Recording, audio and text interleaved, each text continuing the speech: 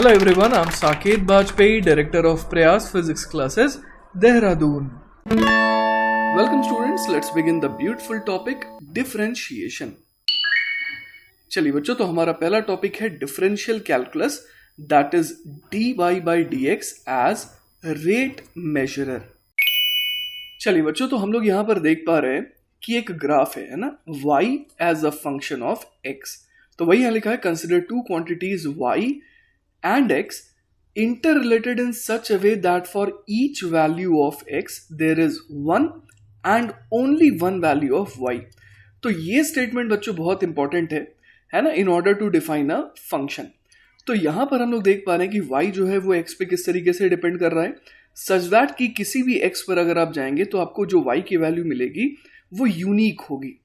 Clear है ये बात? कहने का मतलब ये हुआ कि किसी पर्टिकुलर x पर आपको y की दो वैल्यूज नहीं मिल सकती है ना. किसी भी x पर गए तो वहां पर y की मुझे एक पर्टिकुलर वैल्यू मिल रही है.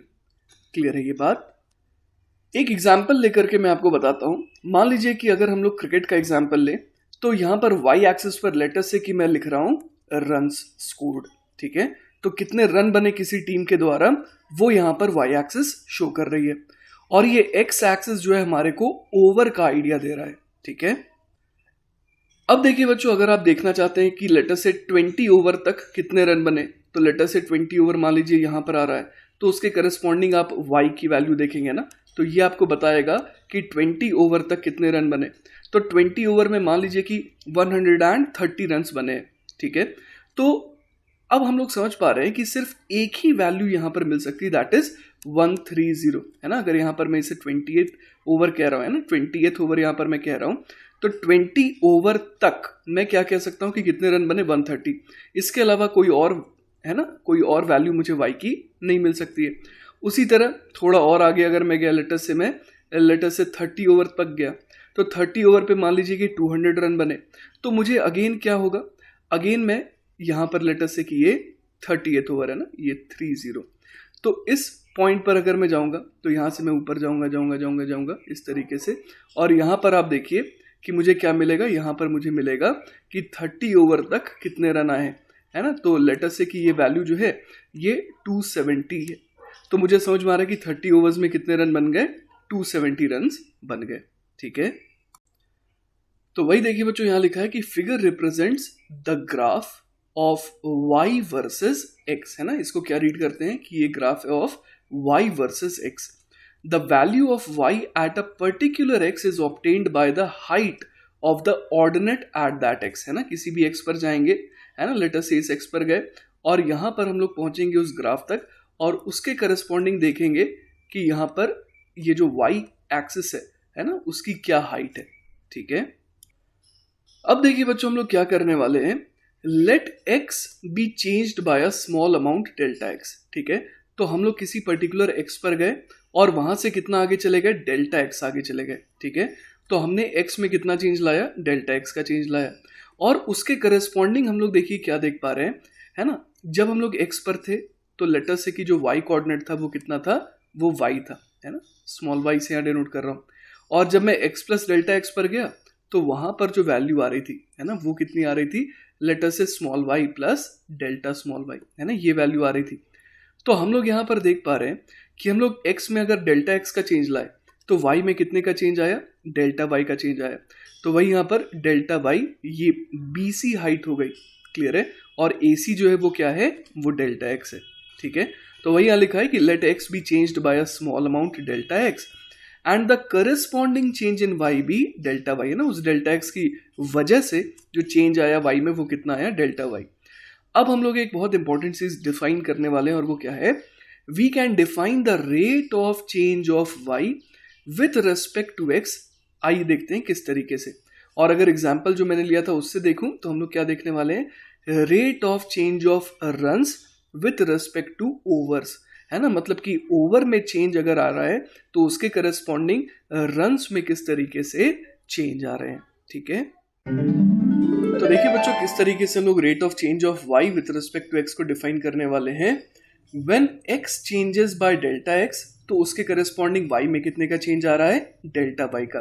तो इस तरीके से हम लोग कह सकते हैं कि the rate of change seems to be equal to delta y upon delta x, है ना। और जो रन्स और ओवर वाला मैंने एग्जांपल दिया उसके हिसाब से हम लोग देख पा रहे हैं कि डेल्टा वाई रन्स एक तरीके से, है ना, डेल्टा वाई बेसिकली क्या है, ये है कि कितने रन स्कोर्ड हुए in the further delta x, मतलब कि इन दोज एक्स्ट्रा ओवर्स, है ना, जिस ओवर्स की मैं बात कर रहा हूँ।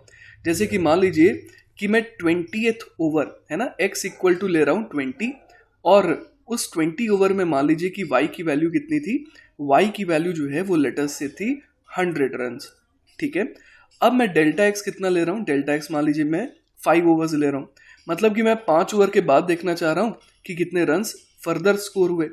तो डेल्टा एक्स इक्वल टू 5, है ना, अगर मैं ले रहा हूँ तो लेटर से कि डेल्टा वाई आ रहा है कितना, डेल्टा वाई मान लीजिए कि 25 आ रहा है, ठीक है। तो इसका मतलब क्या हुआ कि x इक्वल टू 20 पर y की वैल्यू 100 थी, और x प्लस डेल्टा एक्स पर जो y एक्सिस पर जो वैल्यू आ रही थी वो कितनी आ रही थी, 125 आ रही थी, है ना। मतलब कि हम लोग ये कह सकते हैं कि फर्दर 5 ओवर्स में एक्स्ट्रा कितने रन स्कोर्ड हुए, 25 रन स्कोर्ड हुए। तो किस रेट से रन स्कोर्ड हुए, तो 25 अपॉन 5, मतलब कि 5 रन पर ओवर, ठीक है।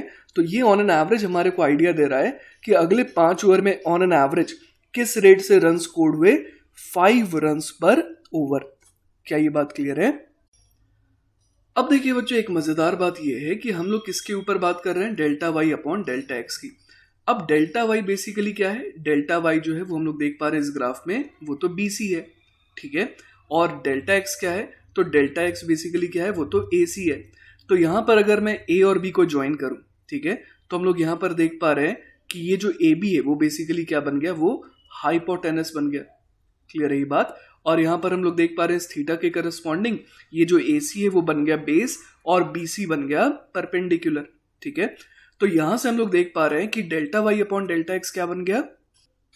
तो देखिए बच्चों, delta y upon delta x जो है वो बेसिकली हमारे को मिल गया एज tan ऑफ थीटा, क्योंकि tan थीटा होता है परपेंडिकुलर अपॉन बेस। तो हम लोग यहां पर समझ पा रहे हैं कि delta y by delta x क्या बन जा रहा है, वो बन जा रहा है tan ऑफ थीटा, ठीक है।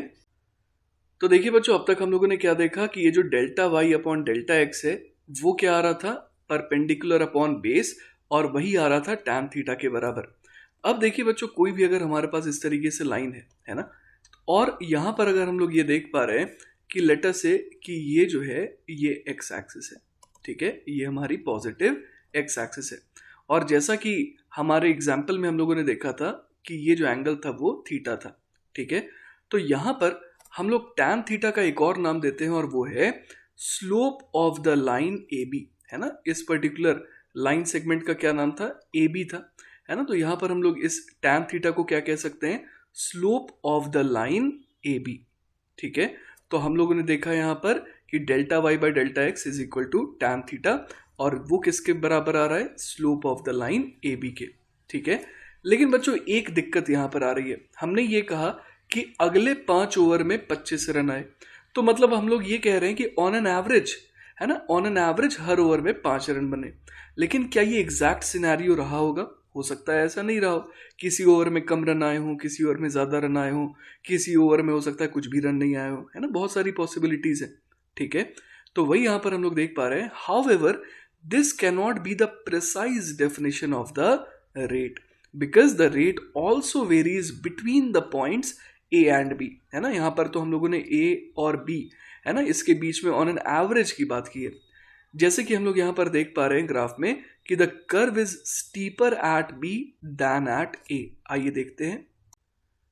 तो देखिए बच्चों, स्टीपर कहने का क्या मतलब हुआ, आप ऐसे समझिए कि B पॉइंट पर हम लोग देख पा रहे हैं कि खड़ी चढ़ाई है ना, ज्यादा खड़ी चढ़ाई है ना। और A पॉइंट पर जो है थोड़ा सा हम लोग देख पा रहे हैं कि जो चढ़ाई है वो उतनी स्टीप नहीं है, ठीक है।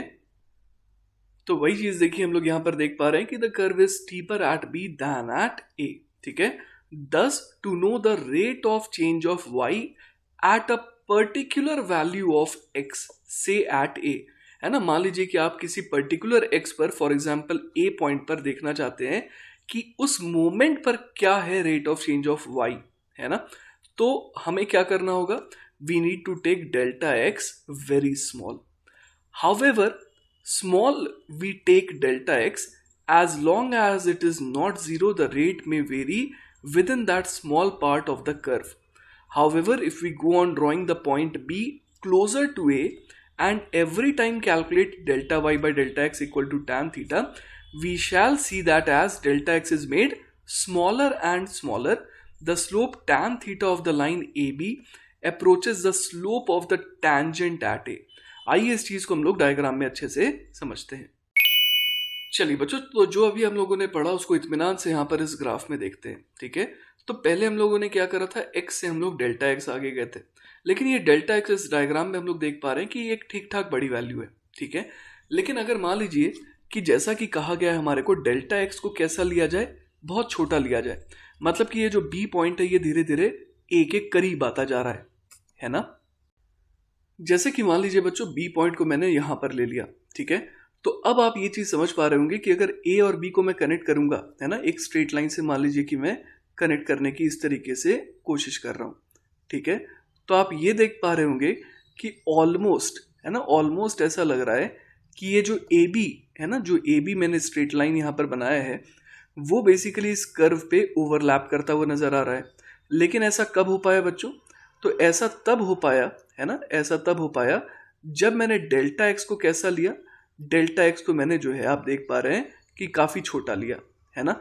और अगर आप सोचिए कि यहाँ पर जो मैंने डेल्टा एक्स को इतना बड़ा लिया इस समय, है ना, ये इतने लेंथ का लिया है, अगर मान लीजिए कि डेल्टा एक्स में और छोटा ले लूँ, मतलब कि बी पॉइंट को और यहाँ पर बिल्कुल ए के बिल्कुल करीब ले आऊँ इस जगह पर, तब तो आप समझ पा रहे हो कि एग्जैक्टली ऐसा ही लगेगा कि ये जो ए बी है वो इस कर्व का एक हिस्सा है। क्लियर है ये बात। तो अभी तक, है ना, पिछले डायग्राम्स को अगर मैं दिखाऊं एक बार, आइए देखते हैं। जैसे कि बच्चों इस डायग्राम को हम लोग देख पा रहे थे, तो यहाँ पर ये जो ए बी है वो बेसिकली किसका रोल प्ले कर रहा है, इसको हम लोग कह सकते हैं कि यहाँ पर जो है ना, ये इस कर्व को क्या कर रहा है, इस कर्व को दो पॉइंट पर हम लोग देख पा रहे हैं कि यहाँ पर ये कट कर रहा है। तो इसको हम लोग क्या कह सकते हैं, इसको हम लोग कह सकते हैं कि ये शुरुआत में क्या था, ये शुरुआत में एक कॉर्ड था, और जैसे जैसे बी पॉइंट जो है ए पॉइंट के करीब आता गया अलोंग द कर्व, वैसे वैसे हम लोग देख पा रहे थे कि ये जो कॉर्ड है ये किसका रोल प्ले करने लग रहा है, ये एक ऐसे लाइन का रोल प्ले करने लग रहा है जो इस कर्व पे ऑलमोस्ट लाई कर रहा है। और जब बी जो है बिल्कुल उठ करके ए के बहुत करीब आ जाएगा ना, यहाँ पर आ जाएगा, तब हम लोग समझ पा रहे हैं कि अगर इस कॉर्ड को अगर हम लोग एक्सटेंड करेंगे तो ये किसकी तरह बिहेव करेगा, एक टैंजेंट की तरह बिहेव करेगा।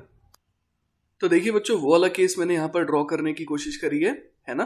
तो यहाँ पर मैं क्या दिखा रहा हूँ कि मैं ए से, है ना, ए से जो है कितना आगे गया, ए से जो है मैं बहुत छोटा सा डिस्टेंस डेल्टा एक्स आगे गया। ठीक है, यहाँ पर डेल्टा एक्स जो है वो कैसा है, बहुत ही छोटा है ना। तो उस केस में हम लोग क्या देख पा रहे हैं, उस केस में आइए देखिए हम लोग ये देख सकते हैं कि अगर मैंने इस कॉर्ड को, है ना, सो कॉल्ड कॉर्ड को अगर मैंने एक्सटेंड किया तो ऐसा लग रहा है कि ये एक टैंजेंट की तरह बिहेव करता हुआ नजर आ रहा है ना। तो वही हम लोग यहाँ पर देख पा रहे थे, जो रिटन पोर्शन था, कि अगर B और A ये दोनों बहुत पास पास होंगे तो जो ये कॉर्ड है it will start behaving like a tangent, अगर उसे एक्सटेंड कर दिया जाए तो।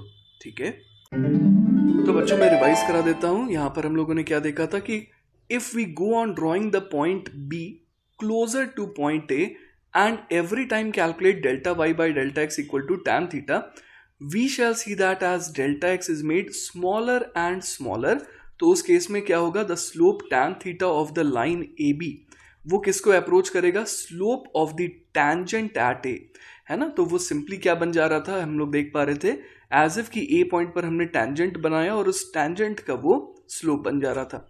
This slope of the tangent at A thus gives the rate of change of y with respect to x at A।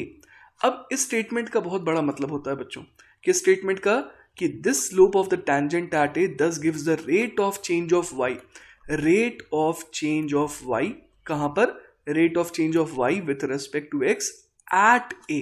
ठीक है, तो देखिए बच्चों, इसको अगर मैं वापस से क्रिकेट से अगर कंपेयर करूं तो अभी तक मैंने आपको ये बताया था कि 5 ओवर में, है ना, अगले 5 ओवर में कितने रन आए थे, 25 रन आए थे। लेकिन हम लोगों ने ये देखा था कि जैसे जो पहले 20 ओवर थे, है ना, पहले 20 ओवर थे, उसमें मैंने क्या कहा था, कितने रन आए थे, तो बच्चों उसमें मैंने कहा था कि 100 रन आए थे। लेकिन जो अगले 5 ओवर थे, है ना, मतलब कि 20 ओवर्स से लेकर के 25 ओवर्स, उसमें जो है हम लोगों ने कहा था कि फर्दर कितने रन्स आए थे, 25 रन्स आए थे, ठीक है। तो 25th ओवर तक हम लोगों ने देखा था कि कितने रन स्कोर्ड हो गए थे, 125। लेकिन हम लोगों ने, है ना, लेट अस से कि 20 किसे कहा था, ए को कहा था, और 25 कहा था बी को, जिस वजह से हम लोग देख पा रहे थे कि जो delta y upon delta x आ रहा था वो हमारे पास कितना आ रहा था, तो वो हमारे पास आ जा रहा था 5 रन्स पर ओवर। क्लियर है ये बात। लेकिन यहां पर जो हम लोग काम कर रहे हैं, that is finding the rate of change of y with respect to x at a. इसका मतलब ये हो गया कि 20 ओवर होने पर, है ना, अब हम लोग जानना चाहते हैं कि एग्जैक्टली इस मोमेंट पर किस रेट से रन बन रहे हैं। मतलब आप ऐसा समझिए कि ये जो 20 ओवर जैसे ही खत्म हुए, है ना, तो उसके बाद किस रेट से रन बनने चालू हो रहे हैं, ठीक है ना। तो हमारे को एक इमीडिएट जानकारी मिल रही है यहाँ पर। और ऐसा क्यों हो रहा है, क्योंकि पहले मैं, है ना, डेल्टा एक्स को 5 ओवर रखा था, अब मैं डेल्टा एक्स को कैसा रख रहा हूँ, फॉर एग्जाम्पल बहुत छोटा, है ना, मान लीजिए कि फॉर एग्जाम्पल एक बॉल रख रहा हूँ, तो मुझे ये पता लग रहा है कि 20 ओवर खत्म होने के अगले मोमेंट पर किस रेट से रन बन रहे हैं। अगर मान लीजिए बैट्समैन ने सिक्सर हिट किया तो इसका मतलब बहुत फास्ट रेट से अभी रन बन रहे हैं। अगर उसने डिफेंस किया, है ना, उसने मतलब कि शॉट नहीं लगाया, 0 रन आए, मतलब कि अगले मोमेंट पर, है ना, अगले मोमेंट पर कोई भी रन नहीं आया, ठीक है।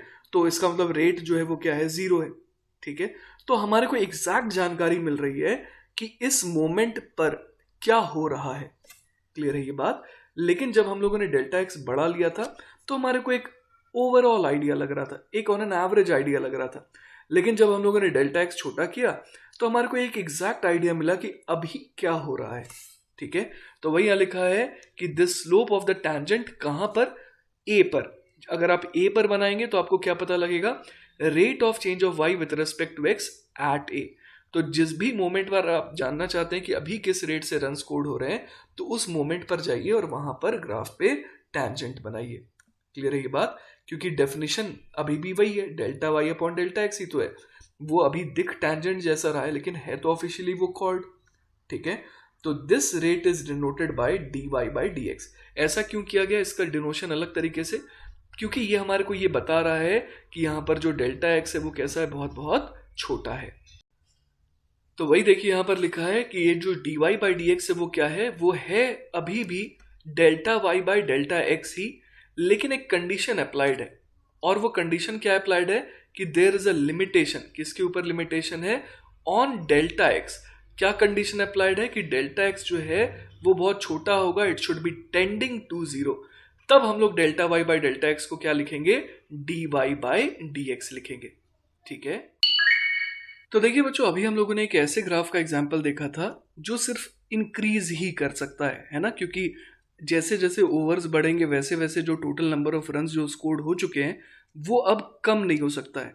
लेकिन बच्चों कुछ ऐसे भी ग्राफ्स होते हैं, जैसे कि मान लीजिए velocity as a function of time का ग्राफ है, तो यहाँ पर हो सकता है कि इंसान धीरे धीरे, है ना, क्या हो गया, स्लो डाउन भी करने लगा, है ना। शुरुआत में उसकी स्पीड बढ़ रही थी, उसके बाद वो थक गया और उसकी स्पीड कम होने लगी, है ना।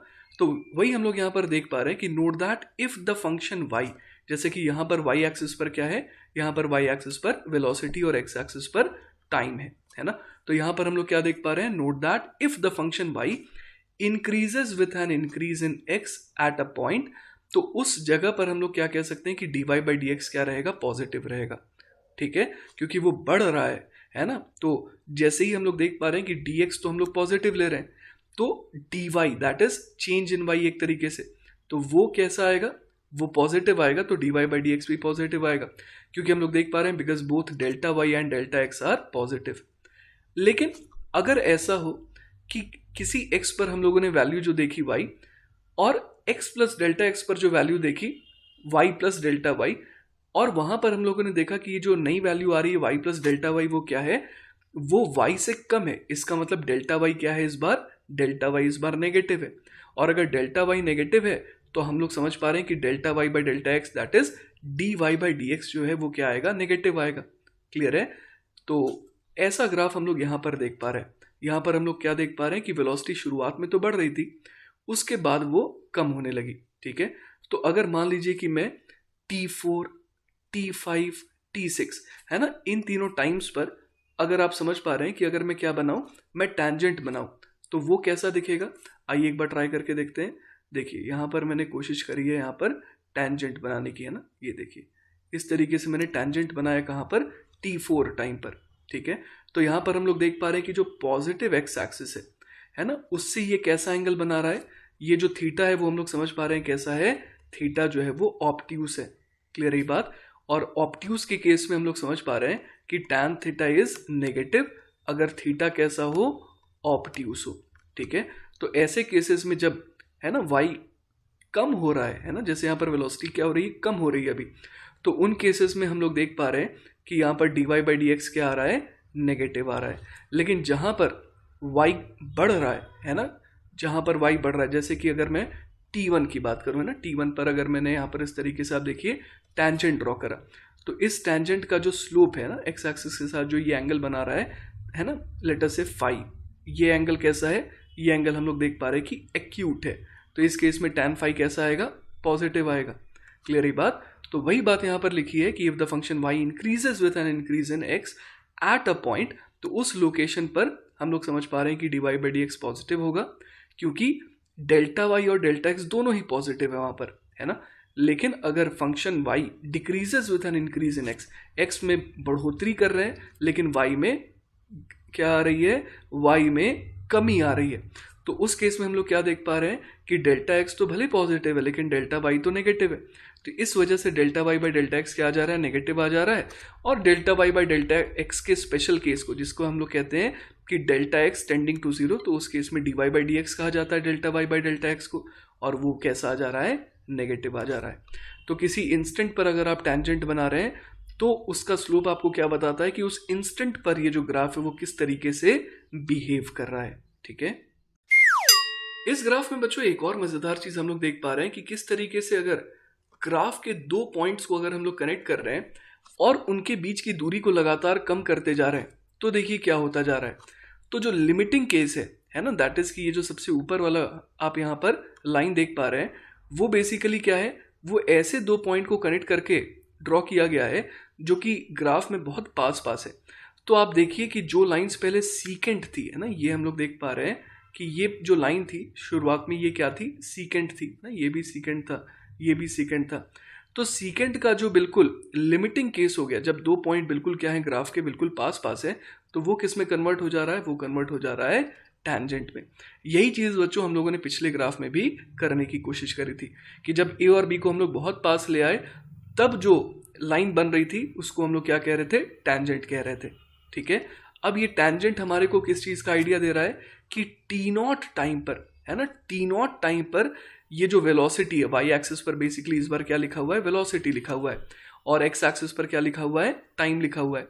तो हम लोग इस बार यहाँ पर क्या इंटरप्रेट कर सकते हैं, हम लोग ये कह सकते हैं कि t0 टाइम पर बच्चों ये जो वेलोसिटी है उसमें समय के साथ किस तरीके से चेंज आ रहा है, that is what is the rate of change of velocity at time t0। ठीक है, तो ये हमारे को इस टैंजेंट का स्लोप बता रहा है। ठीक है, तो चलिए बच्चों, अब तक जो हम लोगों ने पढ़ा उसका छोटा सा रिवीजन कर लेते हैं इस एग्जाम्पल के थ्रू। तो इस एग्जाम्पल में हमारे को क्या दे रखा है, position of a particle as a function of time, है ना, पार्टिकल जो है वो ट्रैवल कर रहा है और उसकी पोजीशन जो है समय के साथ आप देख पा रहे हैं किस तरीके से वेरी कर रही है। ठीक है, तो यहां पर देखिए मान लीजिए कि अगर हम लोग इस t=1 सेकेंड को t1 टाइम बोल दे, तो t1 के करस्पॉन्डिंग जो हम लोग देख पा रहे हैं कि जो पोजीशन आ रही है वो लेट अस से x1 है।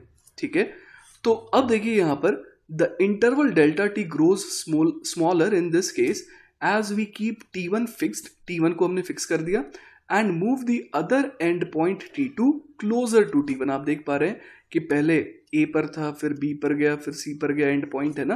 तो हम लोग देख पा रहे हैं ये जो डेल्टा t है ना बच्चों, ये क्या होता जा रहा है, ये छोटा होता जा रहा है।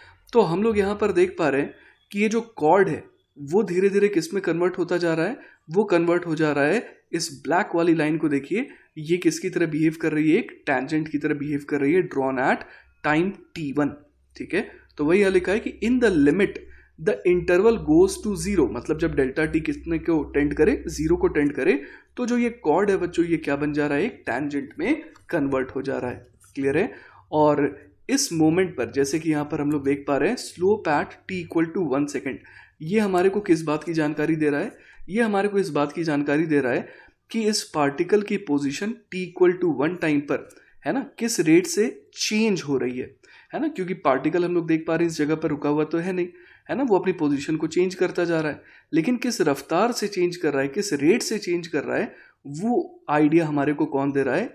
इस टेंजेंट का स्लोप दे रहा है ना। अगर ये एंगल थीटा है तो टैन थीटा जो है वो हमारे को क्या बता रहा है? वो हमारे को बेसिकली dx बाय dt की जानकारी दे रहा है। क्लियर है ये बात?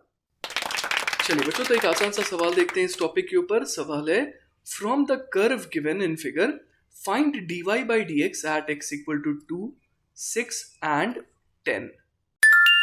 तो देखिए बच्चों, यहां पर जो हम लोग ग्राफ देख पा रहे हैं उसमें अगर सबसे पहले मैं बात करूं x इक्वल टू 2 की, ठीक है, तो यहां पर ये y एक्सिस है, ये x एक्सिस है, और सबसे पहले मैं अगर बात करूं x इक्वल टू 2 की, तो हम लोग देख पा रहे हैं कि ग्राफ में करस्पॉन्डिंग पॉइंट A है, और यहाँ पर जैसा कि टैंजेंट बना करके दिखाया गया है ना, यहाँ पर हम लोग देख पा रहे हैं कि ये जो टैंजेंट है ये x एक्सिस के साथ कितना एंगल बना रहा है? θ1 एंगल बना रहा है। तो हम लोग समझ सकते हैं कि dy by dx at x equal to 2, है ना, अगर x इक्वल टू 2 की बात करें तो यहाँ पर dy by dx जो है वो कितना हो जाएगा? वो हो जाएगा बेसिकली tan θ1 के बराबर। जो मैं किस बात का आइडिया दे रहा है? ये मैं इस बात का आइडिया दे रहा है कि एट x इक्वल टू 2 जो है ये ग्राफ किस तरीके से वेरी कर रहा है। तो जैसा कि हम लोग देख पा रहे हैं t इक्वल टू, ये जो x इक्वल टू 2 है, इसके जस्ट बाद y जो है वो क्या हो रहा है? बढ़ रहा है ना। तो इसीलिए हम लोग यहाँ पर देख पा रहे हैं कि tan θ1 जो है वो पॉजिटिव आ रहा है ना, और tan θ1 की एग्जैक्ट वैल्यू कितनी आ रही है?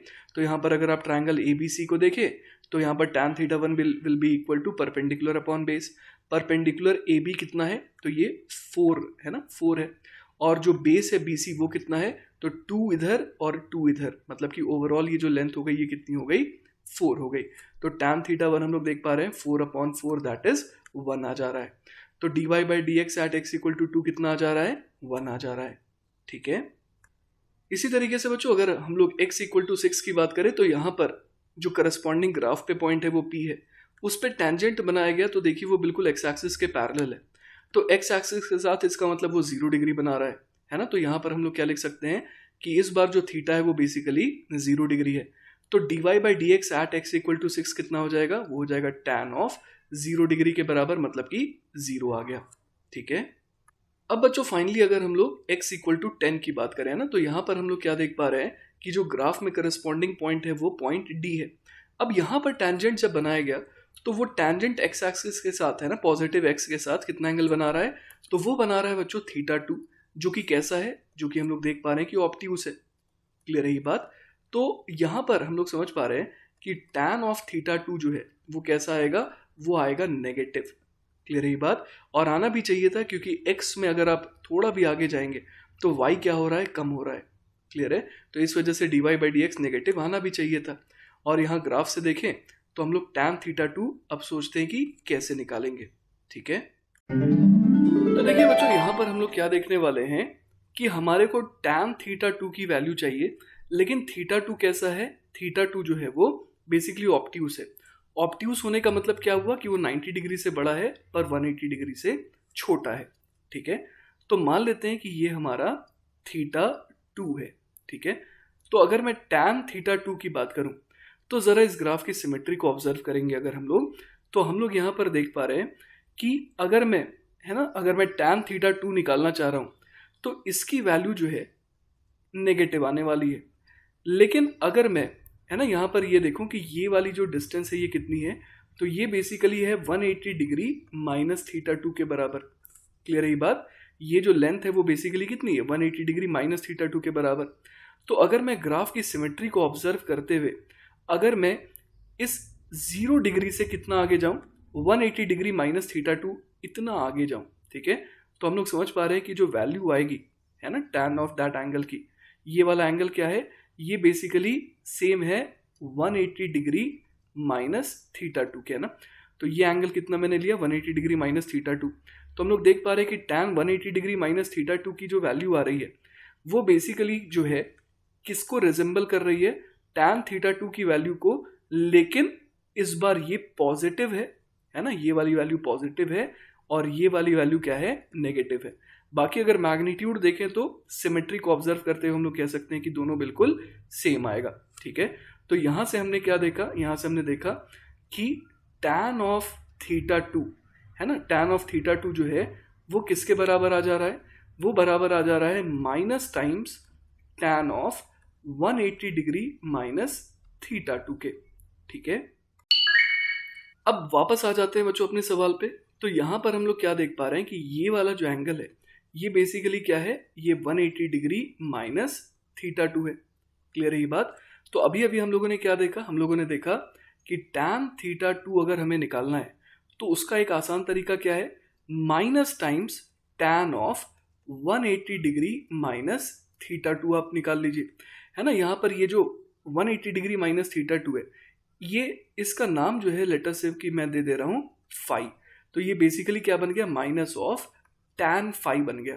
ठीक है, तो मैंने आपको एक बहुत मजेदार चीज बताई, और वो मजेदार चीज क्या है कि कभी भी आपको अगर एक ऐसा लाइन दिया हो, है ना, जिसका स्लोप आप समझ पा रहे हैं कि नेगेटिव आएगा, या फिर आप समझ पा रहे हैं कि वो एक्स एक्सिस के साथ ऑब्ट्यूस एंगल बना रहा है, तो अगर उस पर्टिकुलर लाइन का स्लोप निकालना है तो आप क्या करिए, आप छोटे वाले एंगल को देखिए जिससे आप ज्यादा कंफर्टेबल होते हैं।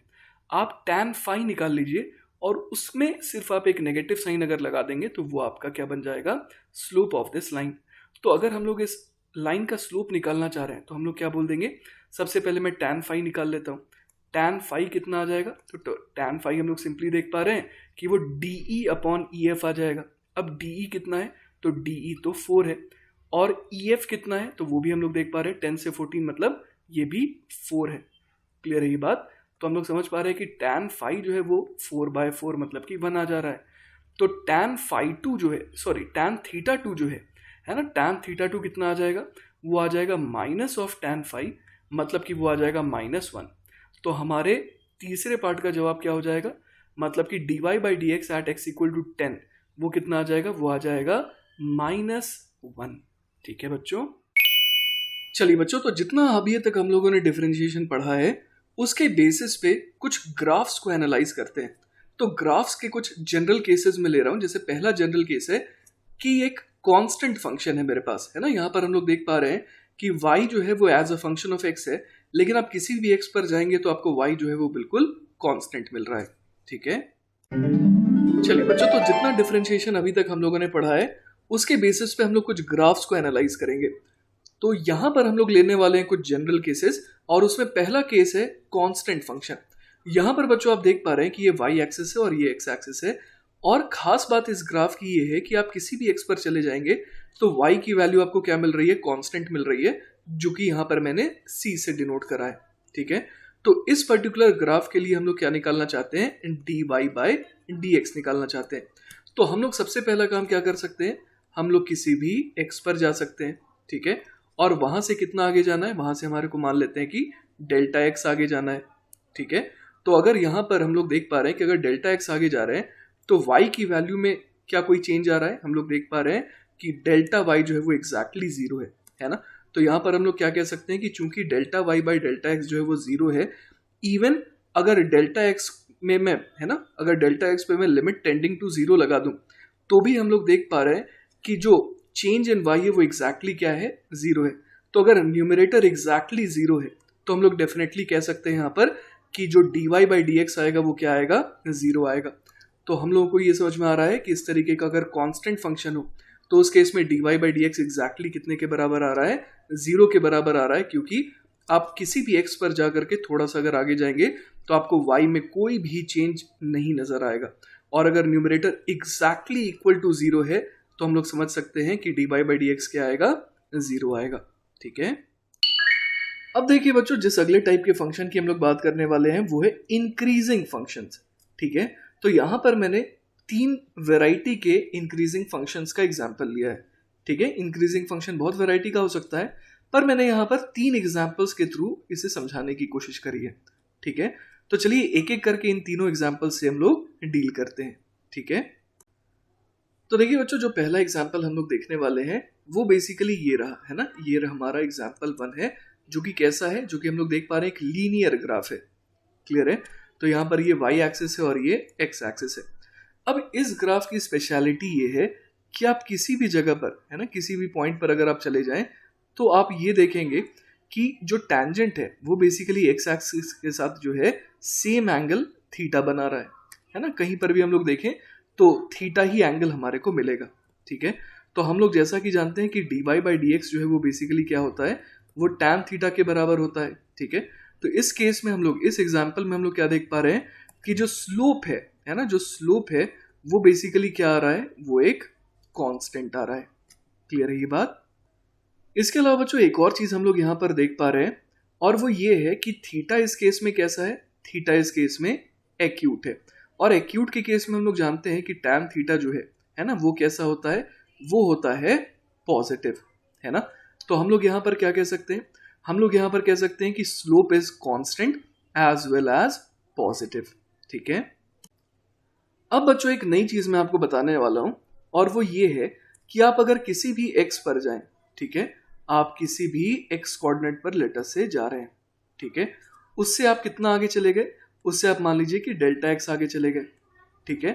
तो हम लोग यहाँ पर देख पा रहे हैं कि इन दोनों पॉइंट्स पर, है ना, एक्स पर बात करें चाहे एक्स प्लस डेल्टा एक्स पर बात करें, दोनों जगहों पर अगर आप स्लोप देखेंगे तो स्लोप जो है वो बिल्कुल क्या आ रहा है, सेम आ रहा है। क्लियर है ये बात। तो यहां पर हम लोग कह सकते हैं कि अगर x में आप थोड़ा चेंज ला रहे हैं तो भी स्लोप में कोई भी चेंज नहीं आ रहा है, ठीक है। तो यहां पर बच्चों हम लोग क्या लिख सकते हैं, चेंज इन स्लोप, ठीक है, अपॉन डेल्टा एक्स, है ना, change in slope with respect to x एक तरीके से ही हो गया। ये हम लोग देख पा रहे हैं कि ये क्या आ रहा है, जीरो आ रहा है। और अगर मैं डेल्टा एक्स पे क्या कंडीशन लगा दूं, अगर मैं डेल्टा एक्स पे कंडीशन लगा दूं limit delta x tending to zero की, तो हम लोग जानते हैं कि अब हम लोग डेल्टा को किससे रिप्लेस कर सकते हैं, डी से रिप्लेस कर सकते हैं। तो ये क्या बन जाएगा, डी स्लोप, है ना, बाय डी एक्स, है ना। यहां पर हम लोग देख पा रहे हैं कि अगर डेल्टा एक्स को बहुत छोटा भी कर दें तो भी कोई दिक्कत वाली बात नहीं है, स्लोप तो हर जगह ही सेम है ना। तो इस वजह से इस बार delta slope by delta x तो जीरो आ ही रहा है, साथ में d slope by d x जो है वो भी जीरो आ रहा है ना। किसी भी पॉइंट पर अगर आप जाएं तो आप यही पाएंगे कि थोड़ा सा अगर आगे जाएं डी एक्स तो भी स्लोप में कोई भी चेंज नहीं आएगा। तो इस पर्टिकुलर ग्राफ की एक और खासियत है, वो क्या है कि स्लोप में जो है कोई भी चेंज नहीं आ रहा है अगर आप एक्स में चेंज कर रहे हैं तो भी, ठीक है। तो अब इस बड़ी सी क्वांटिटी को लिखने का एक छोटा सा तरीका होता है और वो कैसे लिखेंगे, आइए वहां तक पहुंचते हैं ना। तो देखिए स्लोप को हम लोग क्या लिख सकते हैं, स्लोप को हम लोग लिख सकते हैं dy बाई डी एक्स, ठीक है। तो अभी तक मैंने कुछ नहीं करा, मैंने बस स्लोप को, है ना, dy बाई डी एक्स से रिप्लेस करा है। अब देखिए इसके बाद मैं क्या कर सकता हूं यहाँ पर, है ना, इसको लिखने का एक और वेराइटी क्या हो सकता है, इसको लिख सकते हैं d2y by d x square, ठीक है। तो ये बेसिकली क्या हो गया, rate of change of slope, ठीक है, rate of change of slope with respect to x, ठीक है। ऐसा बच्चों मैं किस लिए कह रहा हूं, क्योंकि अगर यहां पर dy बाई डी एक्स के बदले अगर y होता तो हम लोग क्या बोलते, rate of change of y with respect to x, लेकिन यहां पर y के बदले dy बाई डी एक्स है तो हम लोग क्या बोलेंगे, rate of change of dy by d x with respect to x, मतलब rate of change of slope with respect to x। और उसी को बच्चों लिखने का एक छोटा तरीका होता है d2y by d x square. Clear है ये बात। तो बच्चों इस केस को फाइनली मैं समराइज कर देता हूं। यहां पर हमने क्या देखा कि स्लोप जो है वो क्या है, स्लोप जो है वो कांस्टेंट था, ठीक है। उसके बाद हमने देखा था कि rate of change of slope, है ना, rate of change of slope जो है that is d2y by d x square, वो बेसिकली क्या आ रहा है इस केस में, जीरो आ रहा है, ठीक है। अब बच्चों अगर हम लोग सेकेंड एग्जाम्पल की बात करें, है ना, अगर सेकेंड एग्जाम्पल की बात करें तो यहाँ पर हम लोग देख पा रहे हैं कि ये भी एक इंक्रीजिंग फंक्शन है ना, लेकिन इस बार कुछ तो फर्क है पिछले वाले केस से। आइए देखते हैं क्या फर्क है। तो देखिए बच्चों इस एग्जाम्पल में हम लोग क्या देख पा रहे हैं कि कहीं पर भी अगर आप स्लोप चेक करना चाहें ना, किसी भी जगह पर अगर आप स्लोप चेक करना चाहें तो आप क्या देख पा रहे हैं, इस बार आप इस बार बड़े आराम से देख पा रहे हैं कि जो थीटा है ना, वो क्या आ रहा है, थीटा जो है वो तो एक्यूट आ रहा है। लेकिन पिछले केस और इस केस में जो फर्क है वो ये है कि इस बार ये जो थीटा है ये कांस्टेंट नहीं है ना, अलग अलग जगहों पर हम लोग अलग अलग थीटा हासिल कर पा रहे हैं इस बार, ठीक है। तो देखिए बच्चों मैंने अलग अलग जगहों पर जो है ना, यहाँ पर अलग अलग जगहों पर एंगल देखा, ठीक है। तो कहीं पर टेंजेंट बनाने पर उसका जो एंगल आ रहा था एक्स एक्सिस के साथ वो थीटा बना रहा था, कहीं पर थीटा 2 आ रहा था। ठीक है, तो हम लोग यहाँ पर देख पा रहे हैं कि इस बार स्लोप जो है ना, slope is not constant here. Clear है ये बात? तो यहाँ पर हम लोग क्या देख पा रहे हैं, इनफैक्ट एक मजेदार चीज यहाँ पर ये देख पा रहे हैं कि जैसे जैसे एक्स बढ़ता जा रहा है, ठीक है, वैसे वैसे स्लोप भी जो है वो क्या होता जा रहा है, बढ़ता जा रहा है। क्योंकि हम लोग यहाँ पर देख पा रहे हैं कि tan of theta 2 is greater then क्या आएगा यहाँ पर, tan ऑफ थीटा 1 के। और उसका रीजन क्या है, रीजन ये है कि theta 2 is greater then theta 1। ठीक है, तो हम लोग यहाँ पर जानते हैं कि एक्यूट एंगल के केस में हम लोगों ने क्या देखा था, है ना, एक्यूट एंगल का मतलब क्या हो गया, 0 से 90 डिग्री। तो 0 से 90 डिग्री तक के केस में हम लोगों ने देखा था कि जैसे जैसे एंगल बढ़ता है वैसे वैसे tan थीटा भी जो है बढ़ता चला जाता है। ठीक है, तो बच्चों यहाँ पर हम लोग क्या क्या बातें लिख सकते हैं, यहाँ पर हम लोग लिख सकते हैं एक बहुत ही इंपॉर्टेंट पॉइंट ये रहेगा कि dy/dx या इस बार जो है हमेशा क्या रह रहा है, वो पॉजिटिव रह रहा है। क्योंकि हम लोग देख पा रहे हैं कि थीटा जो है ना, रीजन क्या है, थीटा इज एक्यूट, है ना, हर जगह पर थीटा जो है वो एक्यूट है। उसके अलावा एक और चीज हम लोग देख पा रहे हैं कि स्लोप कांस्टेंट नहीं है। तो अगर कांस्टेंट नहीं है तो क्या होता जा रहा है, स्लोप जो है ना, वो एक्स के बढ़ने से क्या होता जा रहा है, लगातार बढ़ता जा रहा है। ठीक है, तो किसी भी एक्स पर आप जाएंगे, थोड़ा और आगे जाएंगे उसके बाद, तो आप देखेंगे कि स्लोप में कैसा चेंज आया, तो स्लोप में पॉजिटिव चेंज आया। क्योंकि स्लोप बढ़ रहा है ना, तो कोई भी क्वांटिटी अगर बढ़ रही होती है तो हम लोग क्या कहते हैं कि उसमें चेंज कैसा आया, पॉजिटिव चेंज आया। ठीक है, तो इस वजह से बच्चों हम लोग यहाँ पर क्या लिख सकते हैं कि dy/dx जो है दैट इज स्लोप, वो लगातार क्या होता जा रहा है, वो लगातार बढ़ता जा रहा है ना, इज इंक्रीजिंग। क्लियर है ये बात? तो हम लोग यहाँ पर लिख सकते हैं d2y/dx², इसका मतलब क्या हुआ, rate of change of slope. तो x के बढ़ने से स्लोप तो बढ़ रहा है, तो इसीलिए rate of change of slope कैसा है, इस बार पॉजिटिव है। क्लियर है ये बात? अब चलिए बच्चों तीसरा एग्जाम्पल देखते हैं ना। तो तीसरा एग्जाम्पल भी किसका है, इंक्रीजिंग फंक्शन का ही है। ये जो वैल्यू है y की, आप देख पा रहे हैं कि x के बढ़ने से लगातार बढ़ती ही तो जा रही है। ठीक है, लेकिन इस बार हम लोग क्या देख पा रहे हैं, इस बार हम लोग फिर से देख पा रहे हैं कि स्लोप जो है वो कांस्टेंट नहीं आएगा। ठीक है, तो ये देखिए बच्चों, मैंने अलग अलग लोकेशंस पर, है ना, टेंजेंट बनाया है। यहाँ पर जो एंगल आ रहा है एक्स एक्सिस के साथ उसे मैं थीटा 1 कह रहा हूँ, और यहाँ पर जो एंगल आ रहा है उसे मैं थीटा 2 कह रहा हूँ। तो हम लोग यहाँ पर क्या देख पा रहे हैं कि थीटा 2 जो है वो क्या है, लेस देन थीटा 1 है।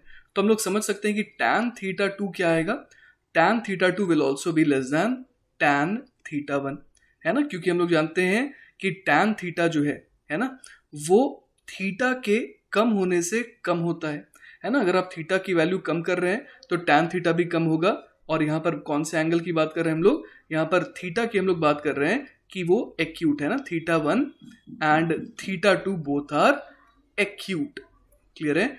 एक्यूट एंगल होने से क्या हो जाएगा कि tan थीटा 1 या फिर tan थीटा 2 दोनों ही क्या होंगे, ये दोनों जो हैं ये दोनों होंगे पॉजिटिव, है ना, ये दोनों ही क्या है, पॉजिटिव है।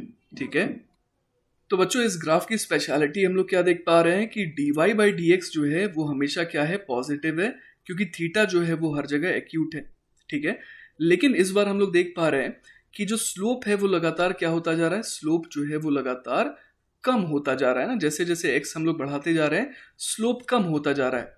तो इस केस में हम लोग क्या कहेंगे, d2y/dx², जिसका मतलब क्या होता है, rate of change of slope, वो क्या हो जाएगा, नेगेटिव। तो बच्चों चलिए एक छोटा सा रिवीजन कर लेते हैं। अभी जो हम लोगों ने 3 केस देखे है ना, वो तीनों इंक्रीजिंग फंक्शन के थे, और तीनों में एक खासियत थी कि dy/dx तीनों में ही हमेशा क्या आ रहा था, पॉजिटिव आ रहा था। लेकिन पहले वाले में जो d2y/dx² है वो क्या आ रहा था, 0 आ रहा था। अगले केस में d2y/dx² जो है वो क्या आ रहा था, वो पॉजिटिव आ रहा था, क्योंकि आप देखिए स्लोप लगातार क्या होता जा रहा है, बढ़ता जा रहा है ना, स्लोप x के बढ़ने से बढ़ता जा रहा है। और आखिरी केस में d2y/dx² कैसा आ रहा था, नेगेटिव आ रहा था, क्योंकि x के बढ़ने से हम लोग देख पा रहे हैं कि स्लोप जो है वो क्या होता जा रहा है, कम होता जा रहा है। ठीक है, इसी तरीके से बच्चों अब हम लोग चलिए बात करते हैं डिक्रीजिंग फंक्शंस की, है ना। यहाँ पर हम लोग देख पा रहे हैं, मैंने 3 एग्जाम्पल लिए हैं डिक्रीजिंग फंक्शंस के। एक में हम लोग देख पा रहे हैं कि ये जो फंक्शन है वो, है ना, जो y है वो x के साथ लीनियरली डिक्रीज कर रहा है, और बाकी में नॉन लीनियरली यहाँ पर डिक्रीमेंट है। ठीक है, तो चलिए इन तीनों एग्जाम्पल्स को हम लोग डिटेल में एनालाइज करते हैं। ऑलराइट, तो देखिए वो जो पहला एग्जाम्पल हम लोग ले रहे हैं, ये जो फंक्शन है ना, ये लीनियरली क्या कर रहा है, डिक्रीज कर रहा है। ठीक है, तो यहाँ पर देखिए एक चीज हम लोग सबसे पहले देख पा रहे हैं कि जो एंगल बन रहा है एक्स एक्सिस के साथ वो कैसा है, वो हम लोग इस बार देख पा रहे हैं कि थीटा जो है वो ऑब्ट्यूस है। क्लियर है। साथ ही साथ एक और चीज हम लोग देख पा रहे हैं कि ये जो थीटा है ये सेम है हर जगह ना, अलग अलग जगहों पर हम लोग अगर एंगल देखें तो वो सेम एज थीटा ही आ रहा है। तो एक चीज हम लोग देख पा रहे हैं यहाँ पर कि टैन थीटा जो है वो क्या आएगा, नेगेटिव आएगा, बिकॉज थीटा क्या है, थीटा तो ऑब्ट्यूस है। क्लियर है ये बात। इसके अलावा बच्चों हम लोग एक और चीज देख पा रहे हैं कि यहाँ पर x में अगर आप चेंज लाएंगे तो आपको स्लोप में कोई भी चेंज नहीं मिलेगा। तो स्लोप बेसिकली क्या है, स्लोप जो है वो तो कांस्टेंट है, मतलब कि dy बाई डी एक्स जो है वो क्या आ रहा है, इस बार कांस्टेंट आ रहा है। तो हम लोग समझ सकते हैं कि अगर dy by d x constant है तो उसका रेट ऑफ चेंज मतलब कि d2y by d x square वो तो सिंपली क्या आ जाएगा, 0 आ जाएगा। ऑलराइट, अब चलिए बच्चों डिक्रीजिंग फंक्शन का दूसरा एग्जाम्पल देखते हैं। तो यहाँ पर हम लोग क्या देख पा रहे हैं कि ये जो है ना फंक्शन है ना, y as a function of x, ये लगातार क्या होता जा रहा है, कम होता जा रहा है। ठीक है, तो इस बार बच्चों आप किसी भी जगह पर है ना अगर टैंजेंट ड्रॉ करेंगे, देखिए कुछ इस तरीके से, ठीक है, तो आप इस बार क्या पाएंगे, आप इस बार पाएंगे कि ये जो x एक्सिस है उसके साथ ये कैसा एंगल बना रहा है। तो लेट अस से कि ये थीटा 1 है, तो थीटा 1 हम लोग देख पा रहे हैं कि कैसा है, ऑब्ट्यूस है। क्लियर है ये बात। तो ये जो ऑब्ट्यूस एंगल हम लोग देख पा रहे हैं ये कहीं पर भी आएगा अगर आप इस तरीके से एक टैंजेंट बनाएंगे है ना इस ग्राफ पर। तो हम लोग यहाँ पर एक चीज तो समझ पा रहे हैं कि dy बाई डी एक्स जो है वो क्या है, वो नेगेटिव है, क्योंकि हम लोग समझ पा रहे हैं कि टैन थीटा जो है वो नेगेटिव आ रहा है, बिकॉज थीटा जो है वो क्या है, ऑब्ट्यूस है। ठीक है, अब थोड़ा सा आगे जाकर के हम लोग, जैसे यहाँ पर हम लोगों ने टैंजेंट बनाया था, अब थोड़ा आगे जाकर के टैंजेंट बनाकर देखते हैं कि वो कैसा दिख रहा है। ठीक है, अब देखिए बच्चों जैसा कि आप देख पा रहे हैं, पहले मैंने लेटर से x बराबर x1 पर टैंजेंट ड्रॉ करा था, अब मैंने टैंजेंट ड्रॉ करा है x इक्वल टू x2 पर, है ना, मैंने x को बढ़ाया। तो इस बार आप क्या देख पा रहे हैं, इस बार आप देख पा रहे हैं कि x एक्सिस के साथ जो एंगल है ना, वो पहले के कंपैरिजन में थोड़ा सा कम हुआ है। जैसे कि पहले ये वाला एंगल था थीटा 1, अब ये एंगल हो गया थीटा 2। तो हम लोग यहाँ पर क्या देख पा रहे हैं, theta 1 and theta 2 are both obtuse angles. ठीक है, लेकिन फिर भी हम लोग यहाँ पर देख पा रहे हैं कि थीटा 1 क्या है, ग्रेटर देन थीटा 2 है। ठीक है, तो बच्चों आपकी मदद के लिए मैंने यहाँ पर टैन थीटा का ग्राफ आपको दिखाया है। यहाँ पर आप देखिए कि हमारा फोकस होगा 90 डिग्री से लेकर के 180 डिग्री तक के बीच में, है ना, क्योंकि यही ऑब्ट्यूस एंगल का रीजन होता है। अब आप देखिए कि जैसे जैसे आप एंगल को बढ़ाते जा रहे हैं ना, जैसे जैसे आप एंगल को बढ़ाते जा रहे हैं वैसे वैसे वैल्यू जो है वो कम नेगेटिव होती जा रही है ना, और टैन 180 डिग्री तो एग्जैक्टली क्या हो जा रहा है, 0 हो जा रहा है। तो हम लोग समझ पा रहे हैं कि जैसे जैसे थीटा बढ़ रहा है, 90 डिग्री से 180 डिग्री की रेंज की बात कर रहा हूँ, तो इस रीजन में जब मैं बात कर रहा हूँ तो थीटा जब बढ़ रहा है तो टैन थीटा भले नेगेटिव है, लेकिन फिर भी टैन थीटा की वैल्यू जो है वो क्या हो रही है, वो बढ़ रही है। क्लियर है ये बात। तो इस तरीके से बच्चों हम लोग यहाँ पर क्या कह सकते हैं कि since theta 1 is greater then theta 2, तो हम लोग ये भी कह सकते हैं कि tan theta 1 will be greater than tan theta 2। तो इसका मतलब कि स्लोप है ना dy by d x at x equal to x1 is greater than dy by d x at x equal to x2।